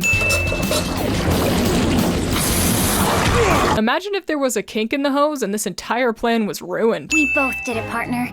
Pound it! Pound it must be some ancient custom passed down through Miraculous holders, seeing as they didn't have to decide what handshake to do. It's wonderful that we get to witness it in action. There's no shame in telling someone you love them, Ivan. Hey, how do you know my name, miss? Ivan would be miraculous at miraculous sins. How did you get your powers? Did you get stung by a radioactive ladybug? Ladybugs don't have stingers. Where the heck is this footage coming from? Which means I'm gonna smell like stinky old cheese. These victims transformed into stone beings are still like statues. Why was the news cast silent up until the part Adrian needed to hear? An Akuma can multiply. That's why it must be captured. If Ivan's emotions become negative again, then the Akuma will turn him back into Stoneheart. He'll control the stone beings and bring them to life to serve as his army. If Akumas can do this, why doesn't Hawkmoth do it on purpose? If it needs to feel negative emotions or something, he could Akumatize Natalie, then break the object, release it, and let it multiply. So I can't do anything without Ladybug? Only Ladybug can capture Akumas and repair damage caused by supervillains. That's dumb. You'd only know that if, historically, the Moth Miraculous was used for evil and the other Miraculouses had to fight against it, which, according to Nuru, doesn't seem to be the case. I still don't see why you can't just kill the Akuma. Just find another Ladybug.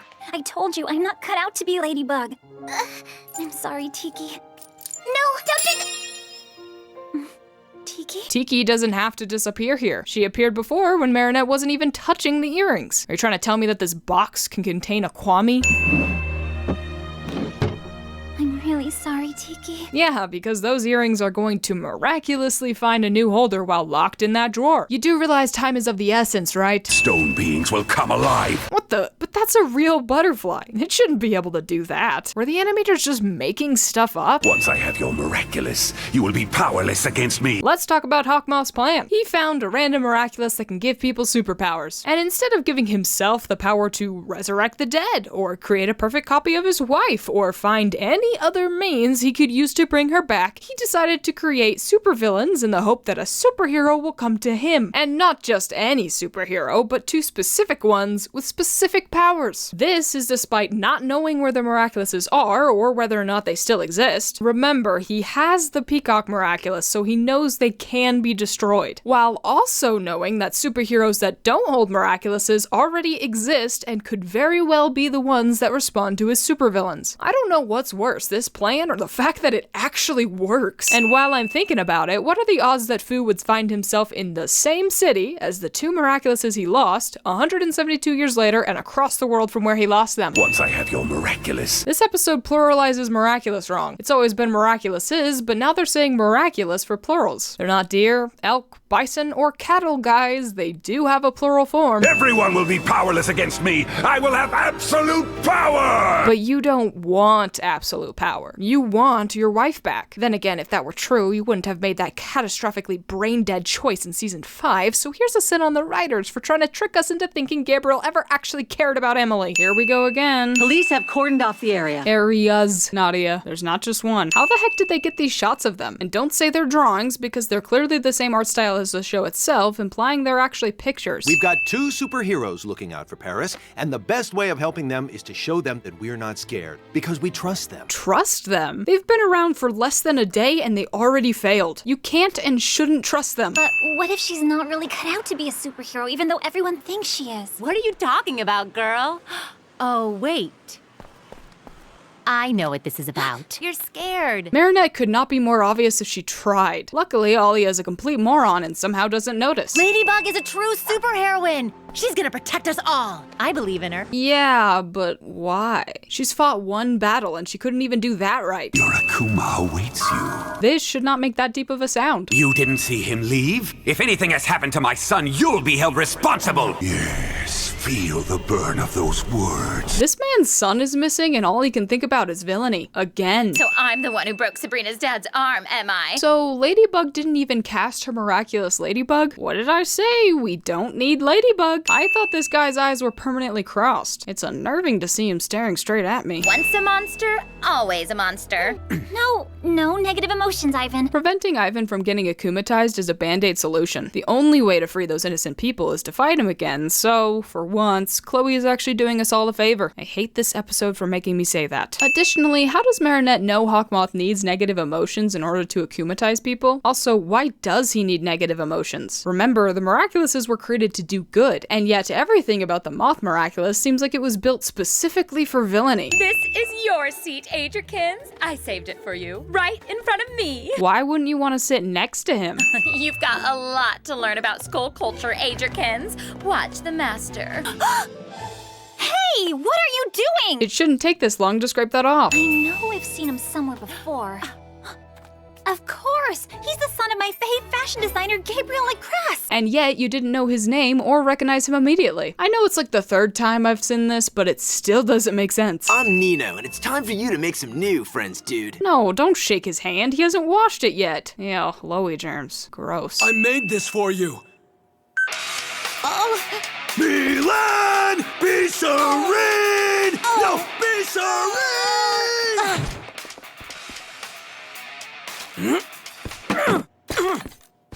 Two things. Ivan should know Milan would hate this, and Milan is a flippin' jerk for running away like this. Sure, it was loud, but not run away in terror loud. Track down your prey. The sound in this episode is just a little bit out of sync. Agrest, Adrian? You say present. Present? If Adrian's name is on the roll, he had to have been enrolled in the school by his father. Maybe Adrian could have done it by pretending to be his father, but I doubt Adrian is capable of that level of deception. Let go of me, Ivan! I'm not Ivan anymore. I'm Stoneheart. Why are you doing this? So you and I can be together forever. Hey, at least she's not such a huge coward in this episode. Instead, she's a giant jerk. I guess she's just doomed to be unlikable no matter what. My first day of school and I don't even make it past roll call. Is this Alex locker? Why are you opening it? Let go, you rockhead!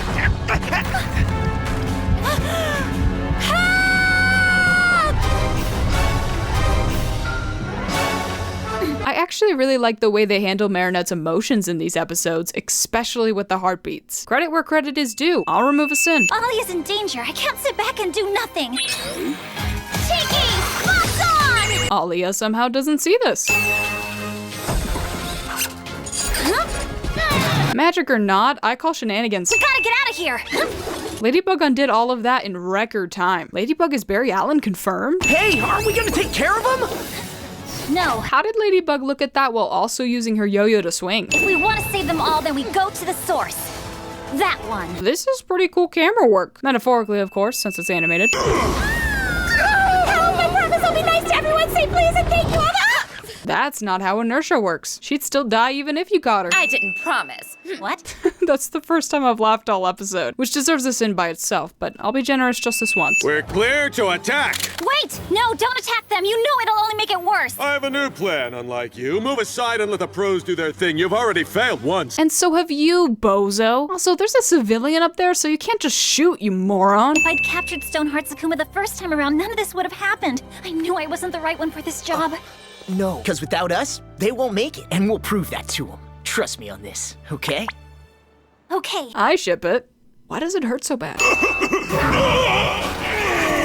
What the heck? How? What power is this? If the Akuma could keep multiplying with no limit, why didn't Hawkmoth transform everyone in Paris? At most, we see 6 Stoneheart clones, despite there definitely being way more Akumas than that. Budgetary limitations, or just Hawkmoth being stupid? You decide. People of Paris, listen carefully. I am Hawkmoth. Hawkmoth shouldn't have the power to project his voice like this either. I swear I've seen this scene before. People of Paris. Yeah, that's it. Not sure if I should sin the repetition or praise the callback. Well, you know what they say. When in doubt, err on the side of pessimism. Nathaniel's hair is the wrong color. Why is he screaming? It's not like this is painful for him. Let me make this promise to you. No matter who wants to harm you, Ladybug and Cat Noir will do everything in our power to keep you safe. What? We can't hear you. Yes! Why is everyone cheering? Stoneheart hasn't been defeated yet. Whoever she is beneath that mask, I love that girl. No, you don't. You're infatuated with her. You don't know her well enough to be in love. Is this mask bigger than normal? Is it because Stoneheart's face is bigger and it looks better in the transition? To sin or not to sin? Well, you know what they say. They're made for one another. It's just they don't know it yet.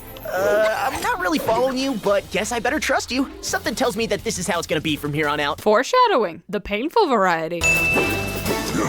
His hand! Get ready!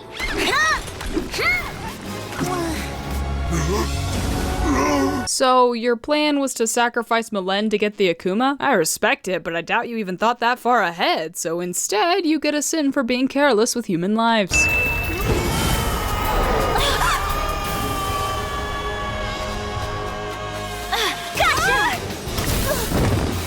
Oh, so that's what the parachute was for. But how did she know she was going to need it? Clearly she didn't realize breaking the object would de-akumatize him. Was it Tiki who knew, or did Ladybug just somehow predict the future?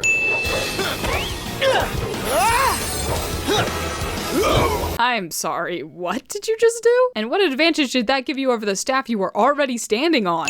Bye-bye, little butterfly. Remember all those Akumas that turned all these people into Stonehearts? Did those just disappear because the original Akuma was captured, or did they escape, never to be seen again? The fact that Ladybug was able to capture and release some of them might imply they are separate entities from the original, but I'm not sure how that works. I wish this show would spend less time on stupid love squares and more time explaining what the heck is going on. On that note, could Hawkmoth have used one of the duplicated Akumas to re-akumatize Ivan and hid the original one? If the others can't be destroyed until the original is, it would have made things a lot harder on our heroes. I don't know if this breaks any magical rules because the show hasn't given us any, nor will it ever bring up these cloned Akumas again, so I might as well speculate now. Miraculous Ladybug! Why did the Miraculous Ladybug leave them all the way up here? We've seen them teleport people and things before when they didn't even need to, so why not now? It's beautiful and amazing! It's, miraculous! Roll credits. No, seriously, roll the credits, please. I will get your Miraculouses. I will get the absolute power, and then my secret dream will come true! Why would he say secret dream unless he knew he was being filmed and had to keep it a secret for the audience? You will never, I say never, go back there again.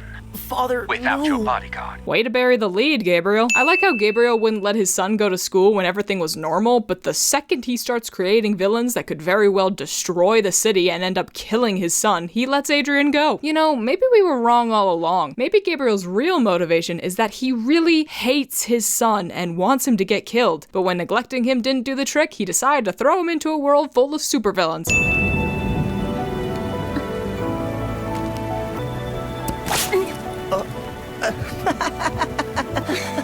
I ship it. Oh, why does it hurt so much? First day of school and we already have 2 lovebirds.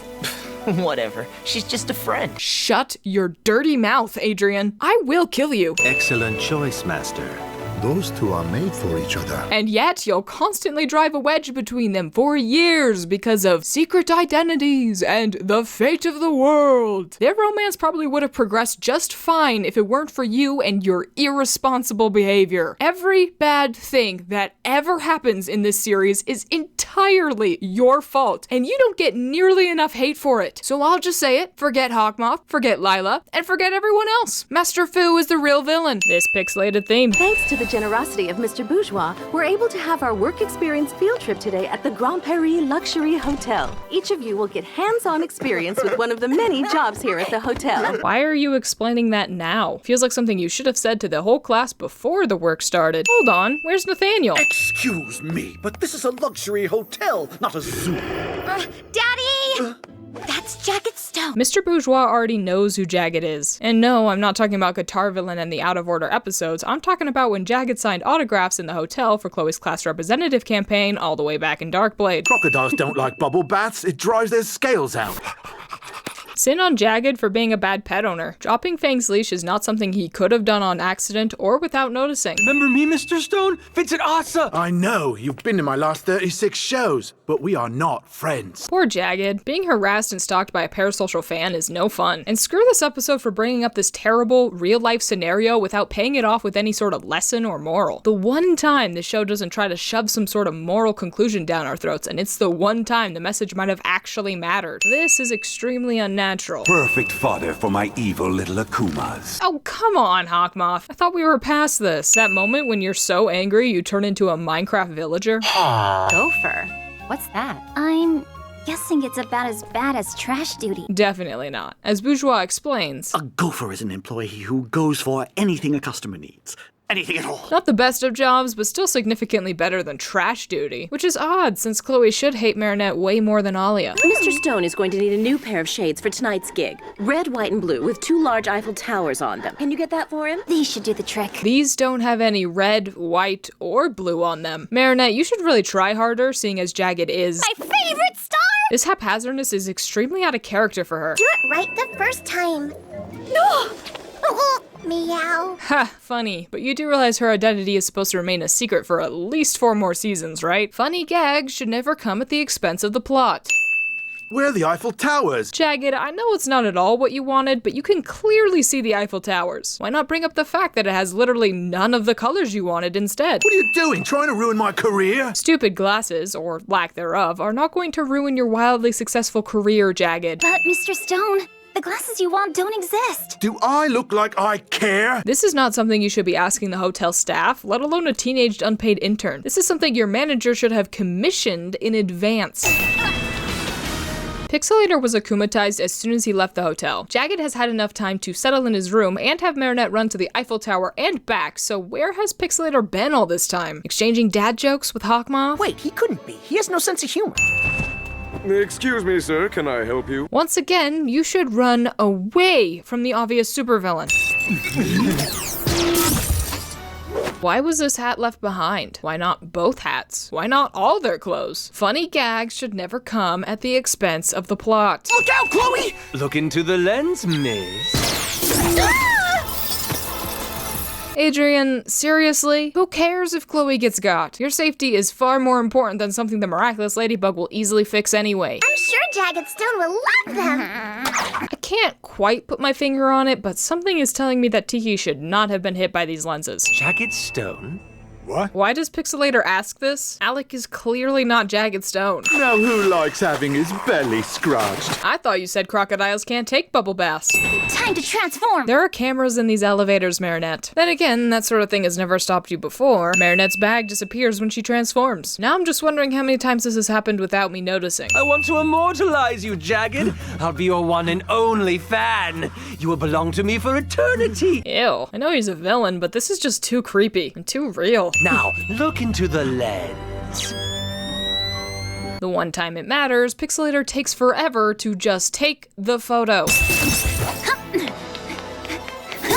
Pixelator's picture sound effect suddenly stops before starting up again. 10 Technically speaking, her arm should just disappear, but then I guess the name Pixelator wouldn't make much sense. Also, that picture showed a lot more than just her forearm down. I don't have time to deal with this ladybug. Yes, you do. Plenty of time. Oh hey, look, it's that thing Hawkmoth can do, but only when it's convenient. You have all the time in the world, Pixelator. Besides, Ladybug isn't just gonna let you go around capturing people. You will fight her if you want to keep your powers. End of story. You'll even get to wear some awesome shades. How has she not been exposed as Marinette already? Do I really have to keep repeating myself? Funny gags should never come at the expense of the plot. Ladybug, just put it on the table and type with your other hand. Vincent Asa. Jagged didn't tell you his name, so how do you know it? I know she heard it as Marinette, but once again, her knowing that information would expose her identity. Got his address. Oh, so the Miraculouses are the ultimate spyware now? Sure, you could probably find this online, but it's a little bit harder than that. Not by much, but a little. You're not gonna leave me here, are you? I mean, isn't school awesome? Haha, but she already said she was. Slag has a weird dark spot on his eyeball. Amateur. This guy was clearly taking the picture in portrait mode, and yet here it's in landscape mode. What? It sure is convenient that this photo wall appeared in Vincent's house instead of anywhere else, like, for example, Hawkmoth's lair. Or maybe not, actually, since the scene has pretty much zero effect on the plot. Ladybug? That window wasn't there before. Did it appear because it sensed a person, or is this just more plot-convenient drivel? It's terrible. This man, he took a photo of us and we ended up trapped in here. Theo, stop trying to be dramatic and just spit it out. Hey, isn't this girl a high school student? Wow, Theo, you're not even trying to beat the accusations, are you? Well, we were just innocently strolling the Champs-Élysées. Anyone who describes themselves as innocently doing something is definitely not innocent. I sure hope Cat Noir's there already. I sure hope my dramatic pause to narrate my thoughts aloud impresses on Adrian how much of an idiot he is. Here for an interview with the reporter who spreads the villain's voice? I see where Alia learned her self-destructive journalistic tendencies from. Speaking of which, where is Alia? Shouldn't she have shown up by now to ruin everything and almost get herself killed? I will continue my photo shoot until Jagged Stone turns up here in the flesh. I gotta do what Pixelator says. Jagged Stone can't turn down a television appearance. Just imagine what it would do for my career. You can't have a career if you're dead, Jagged. Which is, as far as he knows, exactly what would happen. Look into the lens. How about, instead of pausing to say your line, you just shoot her? Pixelator fires several times, but the sound effect only plays once. I really appreciate how Ladybug is messing up without the use of her dominant hand. Notably, Adrian and Chloe's photo was among the few that didn't pixelate, and yet they are set free. If you want my opinion, I think someone's been akumatized. Why, thank you, Captain Obvious, defender of duh. Pixelator, I know your Akuma's inside your glasses. Stop wasting time! Don't grab it, cataclysm it. Yeah, go Cat Noir! And you, random citizen, I hope you die. Pixelator did not throw him in a direction that would land him here. I want them miraculous! Miraculous is, Hawkmoth. Adrian, you are so worthless, I swear. Pixelator is firing, but no pixel shots are shown. Why did she trip? Our superheroine, everybody. Ladybug's arm and leg aren't pixelated here. It's probably pretty low to send recycled animation, but that is my job, so... Huh? A powder compact? Ladybug trying to catch the compact with her right hand only for it to fall through is so brilliant and subtle that I almost missed it. Yeah, sure, there's an animation error where her arm partially disappears, but it's the thought that counts. There, I think I'm ready now. More moving! Look into the lens! Pixelator didn't care earlier that Jagged wasn't posing, so why does he care now?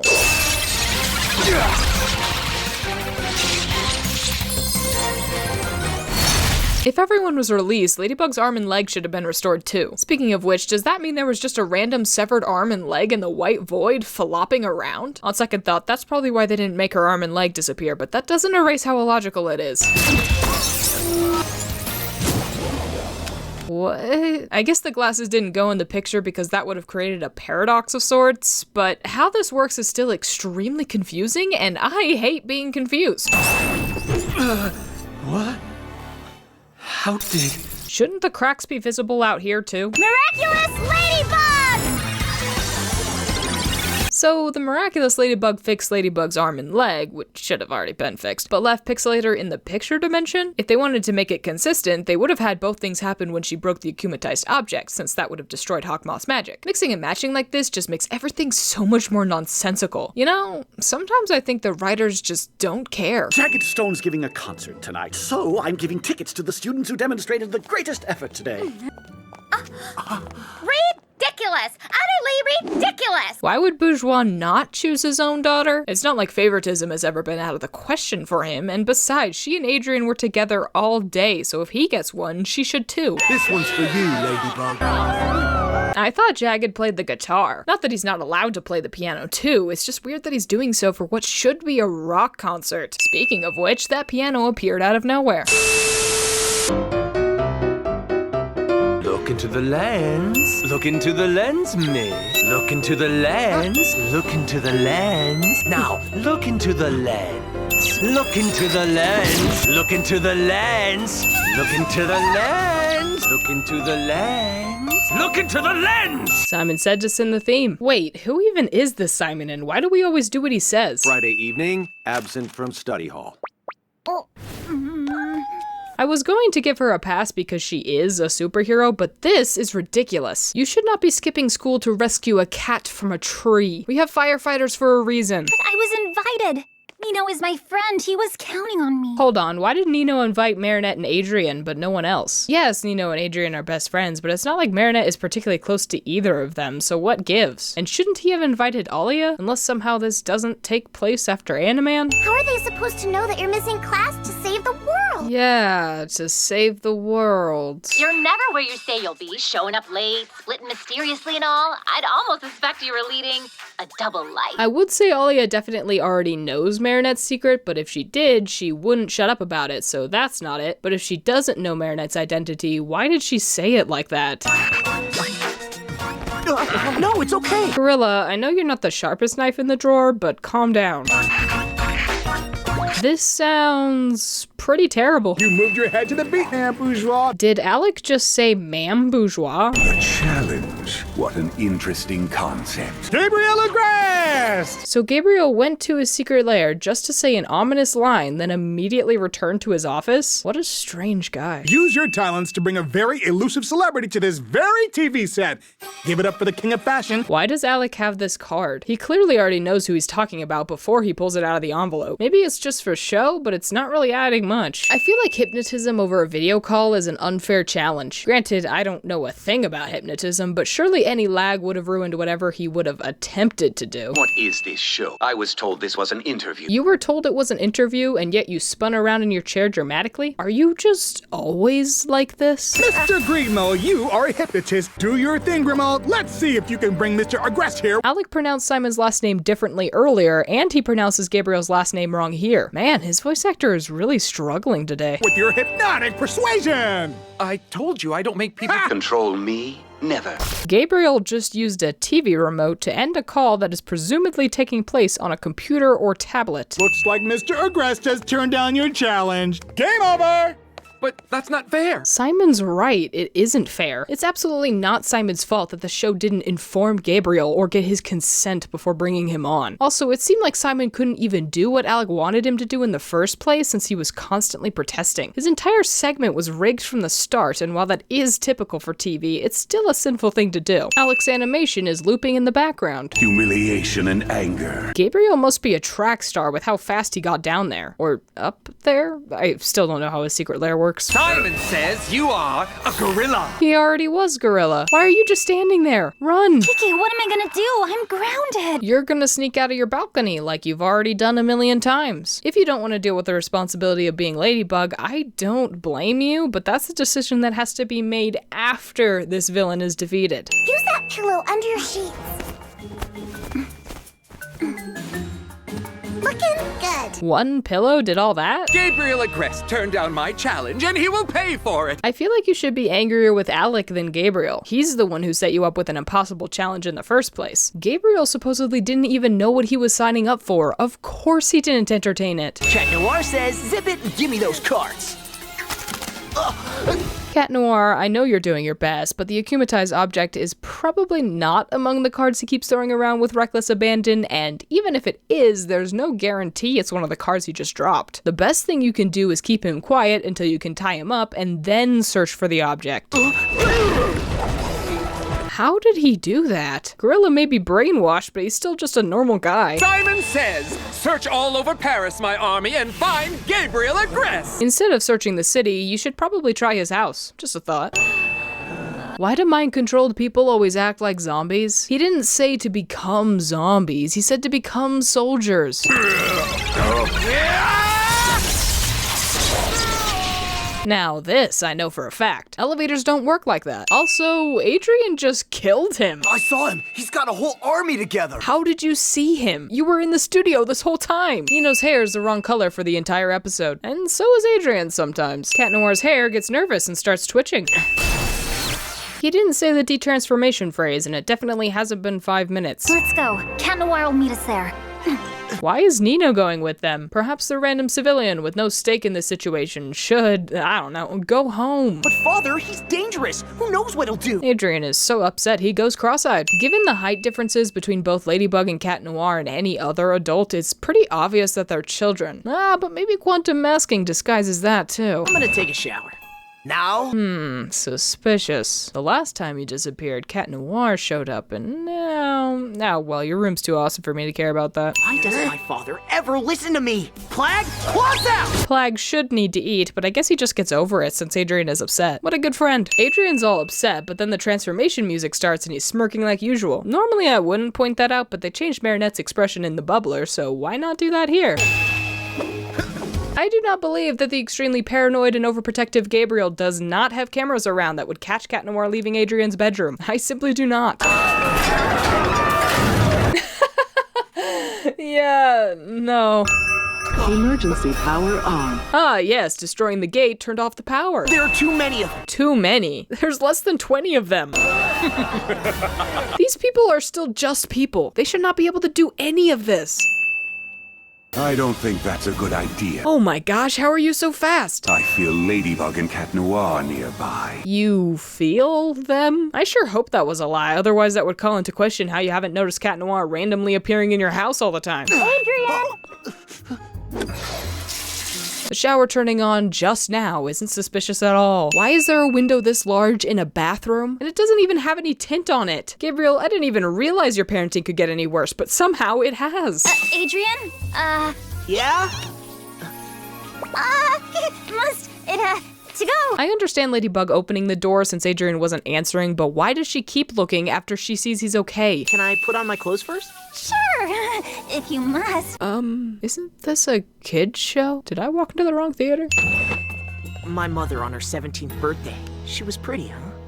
She's got your eyes. What? Zag, you need to fire your translators because they suck. In case you were wondering, Adrian was supposed to say, she's got your smile, which still doesn't make any sense since Ladybug isn't related to Emily, but it's better than mentioning their obviously different colored eyes. You know when you come out of a shower completely dry? Yeah, it happens to me all the time. Adrian gets so flustered, his blush spontaneously disappears. Who are you and what have you done with Natalie? The Natalie I know would have stood in front of Gabriel to protect him no matter the cost. Isn't this the same room that Adrian told his father to leave? Could we not afford to animate a new room? I think you might have used the wrong model here. Where is she jumping from? Last we saw, she was shoving Adrian into the bathroom, which is to the right of the entryway. So did she run all the way to the left side of the room just to jump back into the middle and then run to the left again? Flap, flap, flutter, flutter, flutter, flutter, flap, flap. I love this episode for giving us this moment. Tomorrow, butterfly, you will be no more. Tomorrow? You literally tried to kill him approximately 5 minutes from now, so what the heck is the point of this line? Your yo-yo is useless! Well, what did you think was gonna happen? Simon says remove your Miraculous and give it to me! If Ladybug was hit by one of the Cat Noir cards, would it just not do anything, or do the illustrations mean nothing? He's headed for the roof. We have to stop him. This is our last chance to capture the Akuma, and I can't do it alone. Why would this be your last chance? It's not like he's going to spontaneously combust if you don't save him now. Granted, I do think this was the right decision, but that explanation just doesn't make any sense. There's at least 3 instances of slow-mo in the last minute of footage alone. Was this episode guest directed by Zack Snyder?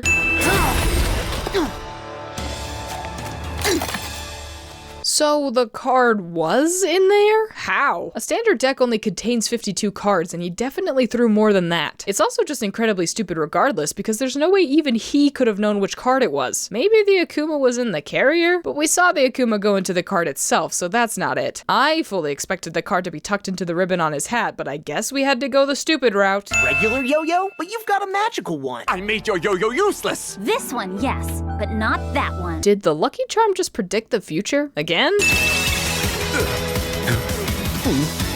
I wonder what would have happened if Hawkmoth died. His magic can continue even when he's not transformed, which I personally don't think makes any sense, but clearly it's the truth. Would his magic have continued even if he died? What if it had, and Simon Says had defeated Ladybug and Cat Noir? Without the Miraculous Ladybug, Gabriel would have stayed dead. In short, this was a pretty terrible plan from good old Gabe. Not like that's surprising at this point.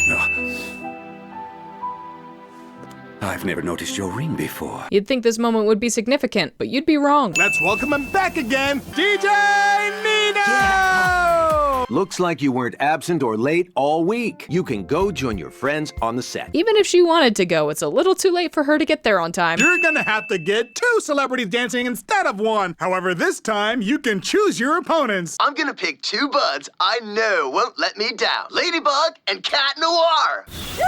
Marinette, just don't do it. Nino should know better than to call on 2 superheroes for his own personal gain. Consider it a lesson on making better choices. This obnoxiously fragrant theme. John DuParc was akumatized into the very menacing Magician of Misfortune. What about the Magician of Misfortune makes him unworthy of being the villain of the episode? Is it because he isn't one of or related to Marinette's classmates? Threatening to make the Eiffel Tower vanish in a puff of smoke. And why would that be threatening? It's just a building, one that Ladybug could restore easily. Maybe it would be a concern if all the people on it vanished as well, but this is miraculous. The Eiffel Tower is always empty. They've never had trouble getting pictures of the villains before, so why use a sketch now? Was it because the animators weren't paid enough to create a model they would never actually use? I think so. Wow, Marinette just pulled a reverse Lion King. I refuse to believe that Paris, one of the biggest cities in the world, had a completely empty subway platform for Marinette to transform on. Tiki, you don't look well. How on earth does a cosmic being like Tiki get sick? And why does stuff like this never happen to Plag? But, more importantly, why does Marinette have literally nothing in this purse besides Tiki? She wore it in Origins before she received the Miraculous. Was it empty back then too? Tiki, can I take you to the healer right after school? Bad idea, Marinette. What if someone gets akumatized and then you can't transform because she's sick? Or what if Tiki sneezes during class and someone gets suspicious? Man, you really are bad at being a superhero, you know that? Today, Prince Ali, heir to the throne of the Kingdom of Achu. Kingdom of Achu. Will do the honors during his official Parisian visit. Do the honors of what? Of opening the presents? Of cutting the ribbon? Did you add this phrase just to seem fancy and somehow didn't realize it didn't make any sense? He's just so gorgeous, and with a heart of gold! It's bad enough to be subjected to Rose's annoying voice, but in this episode, she, along with everyone else, is pitched up. Somehow, Miss Mendeleev doesn't hear Rose shouting. Ah, Marinette. How did Marinette end up here when the door is all the way over there? It must have smelled like Thank you, Rose, but I don't think our classroom needs extra refreshing. Furthermore, using your smartphone during school hours is strictly forbidden. Spraying perfume in class is a terrible move. Some people are sensitive to strong smells, and as Miss Mendeleev demonstrates, that sort of thing could be dangerous in a lab setting. And of course, using your cell phone during class is a bad idea. For once, Miss Mendeleev is actually being reasonable, and I hate that Rose is forcing me to agree with her. Watch what happens when you play about with flammable substances in a chemistry lab. While this is a great demonstration, Rose should probably be forced to see this as well, since she is the one who brought the perfume in. This is the door that everyone keeps going through, but this door over here clearly leads to the courtyard. This door seems more like a storage closet or an office room. So where does this door actually go? Oh, you mean for me to give him my notes? No, I can't. Realistically, giving him your notes would only take a minute at most. Tiki has already waited all period, so there's no rush at this point. However, Nino is Adrian's best friend and has probably already offered Adrian his notes, so talking to him is pointless anyway. I think that's what they call a double sin. Marinette. Sabrina, what's Prince Ollie doing today again? Silly Tiki, playing dead is for bears, not people. Did you forget you're a magical creature that can phase through anything at will? You think I want to get anywhere near this fish funk? No additional ripping sounds play, and yet somehow the letter is in pieces in the next shot. And this is when Tiki phases out of Chloe's bag in order to escape. Oh, okay. I guess getting sick relieved Tiki of all her common sense. Your perfume is now your secret weapon. No one will be able to resist it. No one will be able to resist it. Unless they plug their nose. But, fortunately for you, everyone in Paris is way too stupid to figure that out. Especially Prince Ali. Hawkmoth just graduated from domestic terrorism to international terrorism in 2 seconds flat. Impressive. And on that note, why on earth would a foreign dignitary visit Paris in its current state? With Hawkmoth running rampant, leaders all around the globe should be avoiding Paris, and maybe even France as a whole, like the plague. Yes, I'm a friend of Chloe's. We're BFFs. Aha! Chloe doesn't have any friends.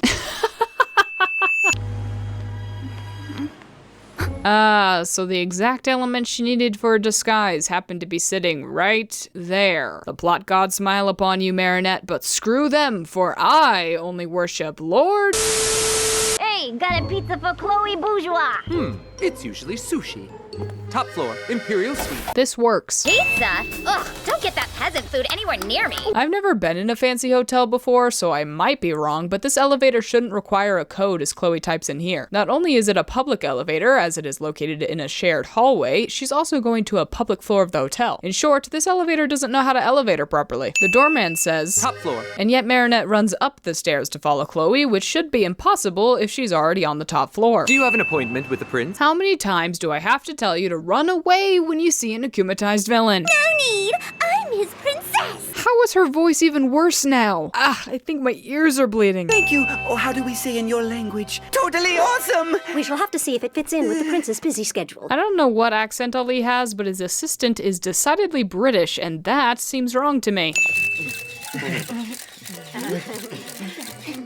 This amount of uncomfortable grunting is enough to make anyone cringe. This perfume has no effect on anyone or anything, it's just there to look cool. And while I do respect and acknowledge that this is how actual perfume would act, it's not the way the episode has shown it to act, and so I must sin it. How the heck did some confetti allow them to escape? Smell the fragrance of my eternal love!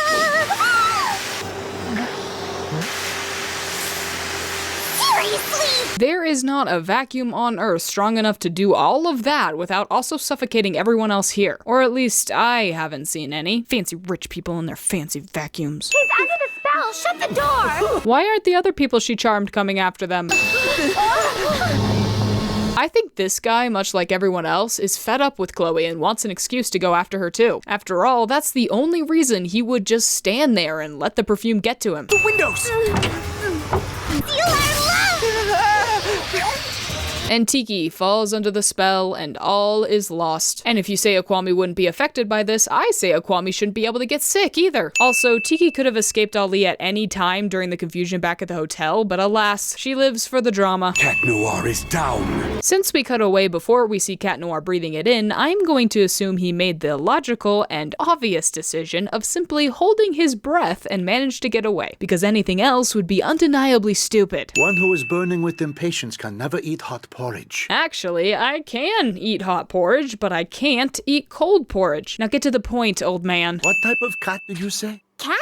Right. Rare hairless flying species from Kingdom of Achu. Fu is just trolling her at this point, and that unprofessionalism is exactly why I hate his guts. Your cat's health has been restored. How did you do that? Ancient Chinese secret. No, really, how did you do that? This whole plot point, A, doesn't make any sense, and B, doesn't need to exist. Marinette losing Tiki was plenty enough tension for the episode. I can't wait for us to be together forever!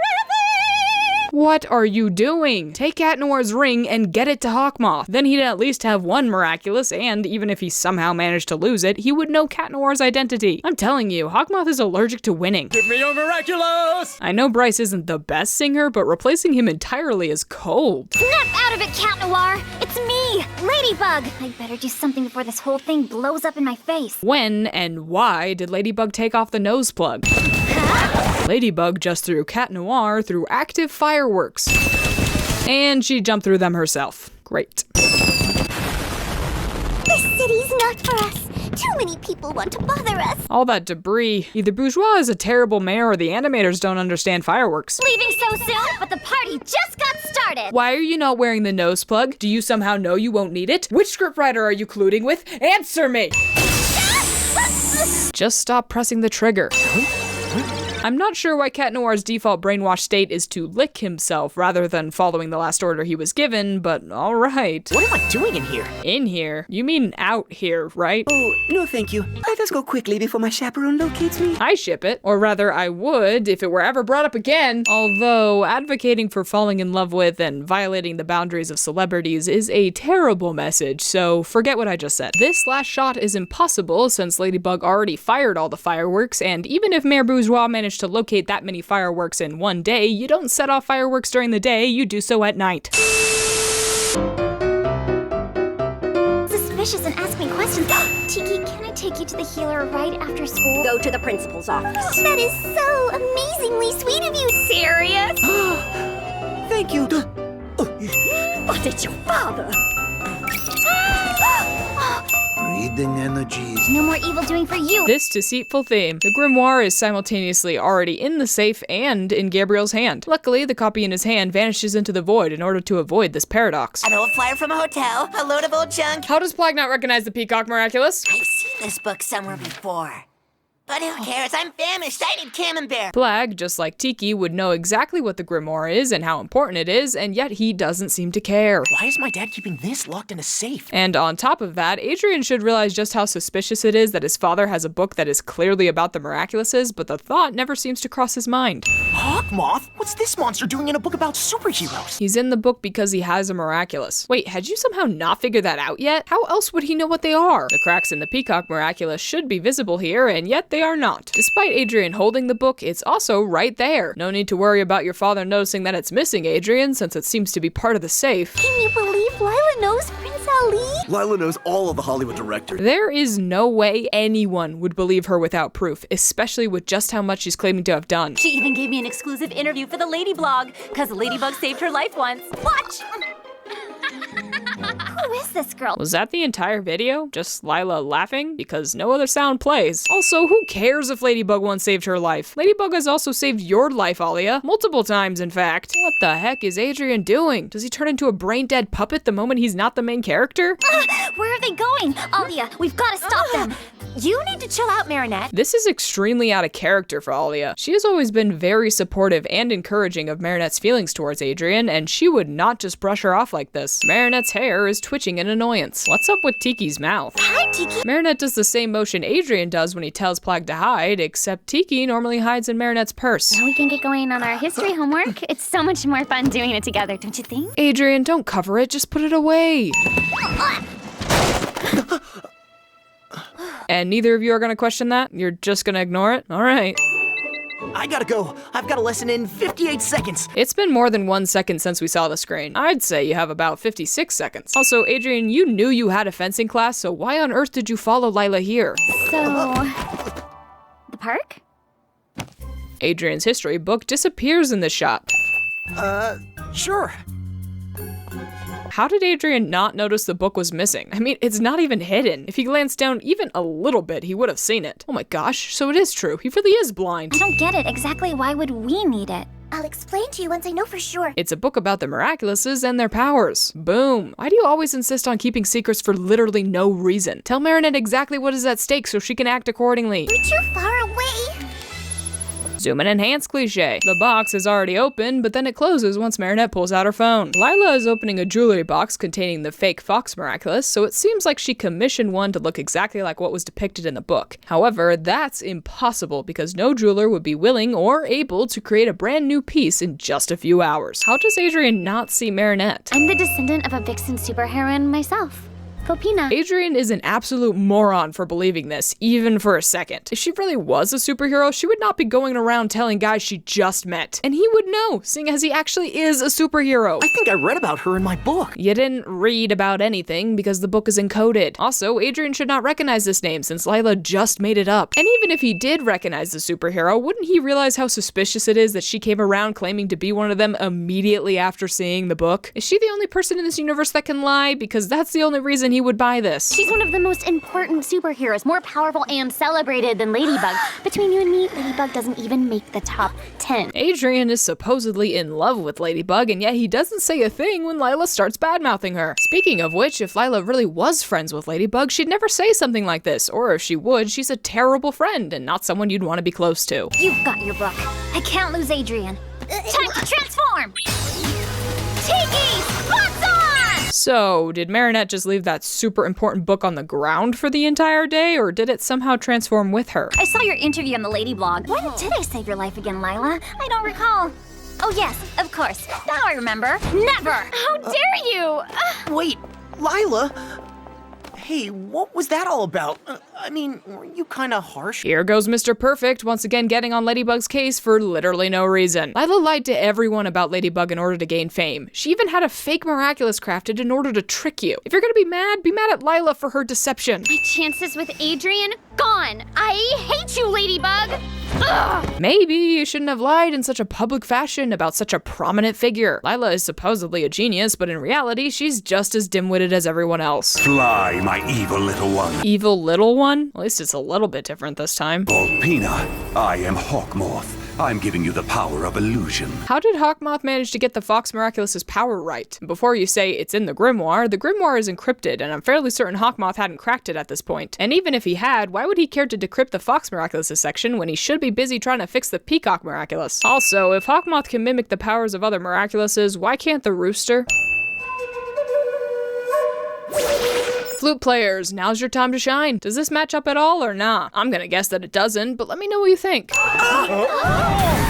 It's so typical of Lila to lie in a manner that is easily disproven. Earth has plenty of satellites that would have detected this meteorite had it been real, and the government would have immediately publicly disproven the notion of something like that slipping through their notice. Why couldn't she just fake an akumatization? Other than the obvious fact that she's a narcissist who wants to feel much more important than she actually is, of course.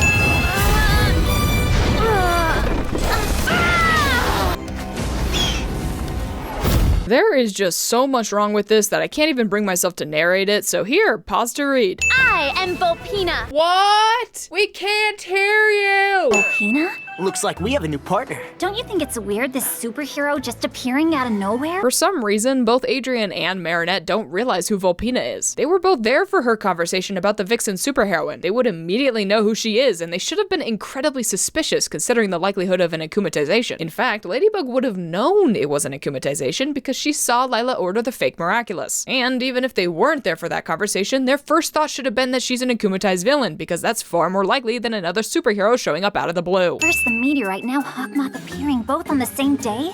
Don't you think that's a little bit unusual? Why would you say that? I was asking Cat Noir. Ladybug's mistrust is warranted, but the level of outright hostility doesn't make sense if she doesn't realize Volpina is Lila, which, as I said before, she doesn't. What power does it give you? The power of flight and super strength? All Ladybug had to do was touch her, and Lila's plan would have been ruined. She really is the dumbest person around, and Ladybug is even dumber for not figuring this out sooner. Also, Ladybug and Cat Noir both know that's not how the Miraculouses work. You need a catchphrase, and then you have a countdown timer, and you can only use your power once. And this is before they knew that adults have better powers, so they wouldn't just assume she was an adult either. They would also know that Hawkmoth can't teleport like this. And on that note, Hawkmoth does know both of those things. You would think he would have instructed Volpina on how the Miraculouses actually work so she'd have a chance of succeeding, but we all know he doesn't really want to win, he just likes to pretend. Can you chill out a little? She's one of us. You are so stupid. So incredibly stupid. I hate you. Everyone thinks I'm a superhero, including Cat Noir. So you won't be able to call me a liar anymore, because everyone will think you're the liar. There are two things wrong with this monologue. A, you are a liar and it's your fault this happened, you flippin' narcissist. And B, there is no way anyone would believe you over Ladybug, the superhero who's been protecting them all this time. Not everyone can be as dense as Cat Noir. Stop! It's an illusion. illusion! Hawkmoth just got foiled by a pigeon. This is why you shouldn't give people stupid powers. Although the Fox Miraculous does share this power, albeit worse, since it can only be used once at a time and has to be recharged if you're a child. It's honestly hilarious that the knockoff version is better than the real deal. She was akumatized by Hawkmoth! I don't get it. Why did he do it? Why would Cat Noir ask this? Hawkmoth is a supervillain. He doesn't need a reason to do anything. I think it's partly my fault. I ruined her chances with the guy she likes. It is not your fault, Ladybug. It's hers for lying in the first place. Lila? Cat Noir, knowing this, should immediately tell Ladybug his identity. He didn't say the detransformation phrase. Without me? Hide, Plag, she's coming. She was a lot closer in this shot and definitely would have seen Plag. Wait, hold on. This is the real Volpina, so how is she flying? Now you see me, now you don't. Now you see me, now you don't. She's taken Adrian! That's an illusion too. How are you so sure? Hey, would you look at that? Another reason keeping their identities a secret from each other is a moronic decision. Give me your miraculous now, or I will! This is a terrible bluff, seeing as they would have been able to catch him easily were he real. And wait, Volpina had to have known that they would have checked for Adrian and found him safe and sound back at his house. Unless she somehow knew Adrian was gone, this plan was ridiculous from the start. And if she did know he was gone, how was that not suspicious to her? No way this would be that bright. It really couldn't have just given her a flashlight?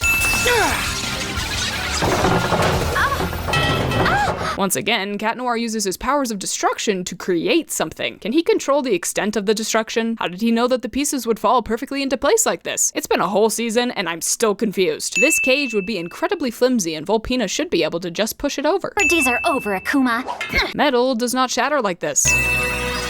This is not the same necklace as this. Also, where is the necklace in this shot? How did it get all the way over there? Totally overreacted and never should have spoken to you like that. I'm sorry. You should not be apologizing. Lila should be the one apologizing to you. Ugh, this is victim blaming on steroids. What is the lesson here? That if you expose someone else for lying, somehow you're the bad guy? That impulsive liars are really just misunderstood? What is this moral? Why is this moral? The middle spot disappears last, people. We all know this. Adrian, are you there? Can I come in? Just de-transform. Why are you making things awkward?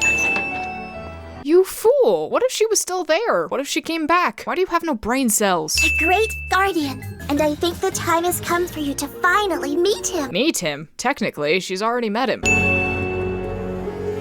I know having the door closed by itself is cool and all, but not only does it not make sense, it makes Marinette seem inconsiderate. Close the flippin' door, you dolt. This is the worst sin of them all, so brace yourself. Lila. Time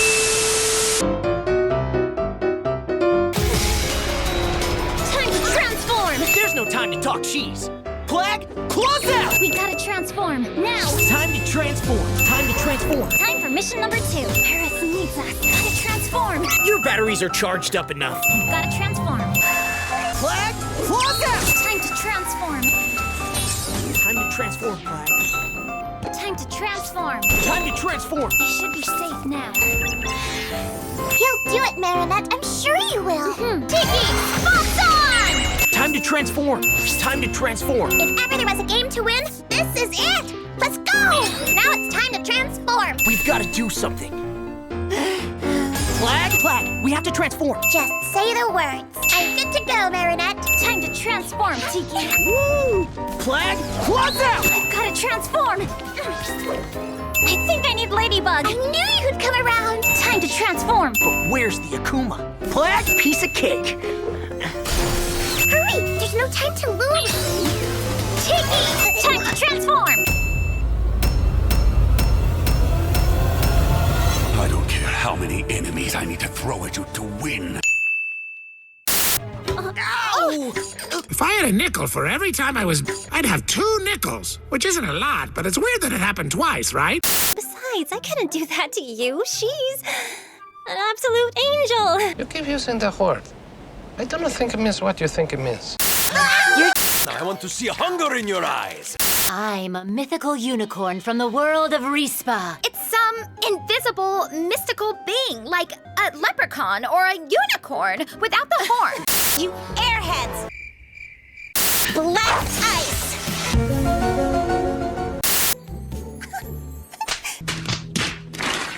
Oh yes, you're angry. Get out of here, you nasty bug. Party's over, fools! Kitty's in the slammer, Ladybug. Don't think you're gonna keep him in there No, leave it to the experts, Ladybug. We've got it under control. Aren't you gonna go after him? I'll leave it to the experts. You don't deserve her. I do. Ugh. Now don't forget, Mrs. Shamak will be coming by to pick up the Eiffel Tower cake in 30 minutes. I'm depending on you. Yeah, no sweat. Piece of cake. Sometimes my genius it's almost frightening. I call a rematch. That false start back there threw me off.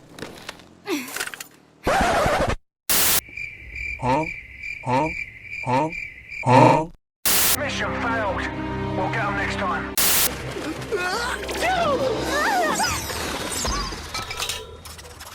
You need to leave! Act natural or he'll never show up. What do you mean? I am acting natural. Alia's been disconnected. I'm a cucumber! A copycat? He said it! He said it! Missed it by that much. with a mask and a costume. Don't you think he looks a little bit like Cat Noir? Bibble, you're a genius. We got Wi-Fi. Excuse me, what's the Wi-Fi password? How did you get up there? Someone tell me what he's saying! Do those speak Taco Bell? Hey, hands off the thread! I can walk myself! Wow, I love the face changes. You could use that one. I don't get it. I know I'm not 5,000 years old, so who exactly was that ladybug in the papyrus? You serious? If you transform, the bracelet will get absorbed with me and damage your powers. Nice argument, Senator. Why don't you back it up with a source? My source is that I made it up. Why are you running? Why are you running? Get out! Just get that drawing pencil away from him, little lady. Just try and stop me with that, little lady. Wow! If I had a nickel for every time I was little lady, I'd have 2 nickels, which isn't a lot, but it's weird that it happened twice, right? Draw him into our evil web. This is my gift. My curse. Who am I? I'm Spider-Man. Mrs. Mendeleev, Mrs. Mendeleev, Mrs. Mendeleev. Yeah, boy. Why are you running? The quiver pin, Cat Noir! Now!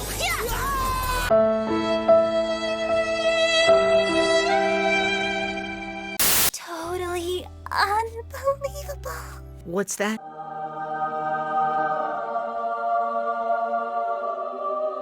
Looks like it's time to bring in the alter ego. Say what? Milan's song! Come back. I promise I'll roar more quietly.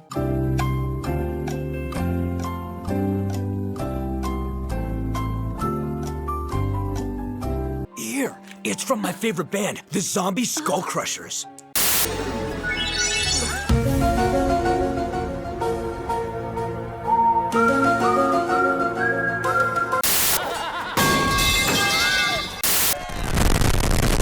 I'm not gonna make promises that I can't keep. It was at this moment that he knew. This girl's crazy!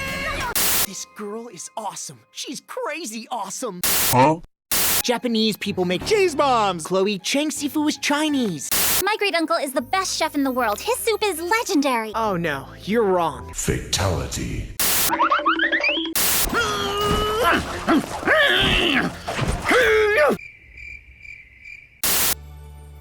Such pitiful insolence! The moment you challenged me was the moment you sealed your fate! I'm running.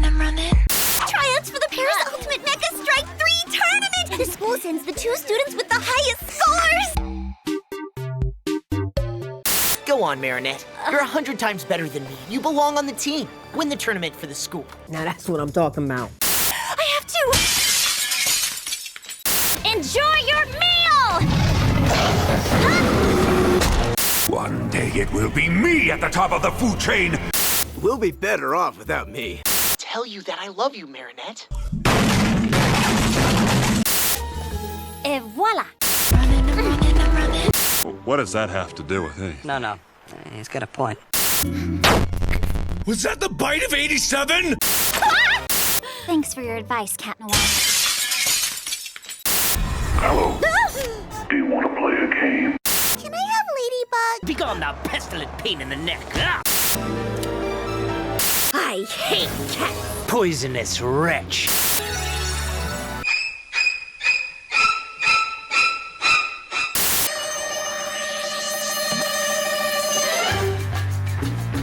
Next time, I assure you it won't be a photo finish. I photo finish have made a terrible mistake. Some way to transform. See you later, alligator. Bangs me crocodile, crocodile, crocodile. So you're Ladybug. I've heard such pathetic things about you.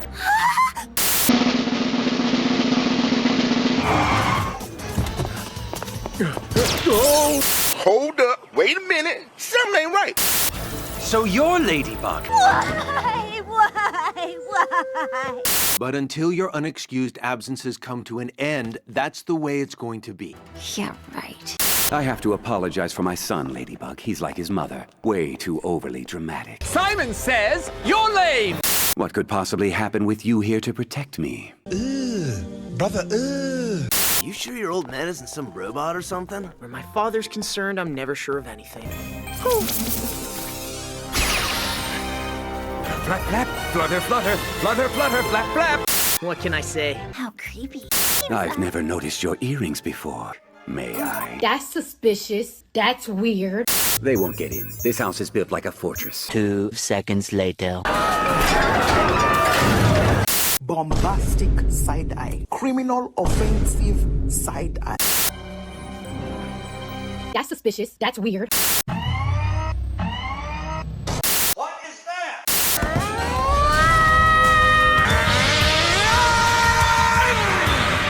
Simon says... No. You're not going to ruin our date, Ladybug.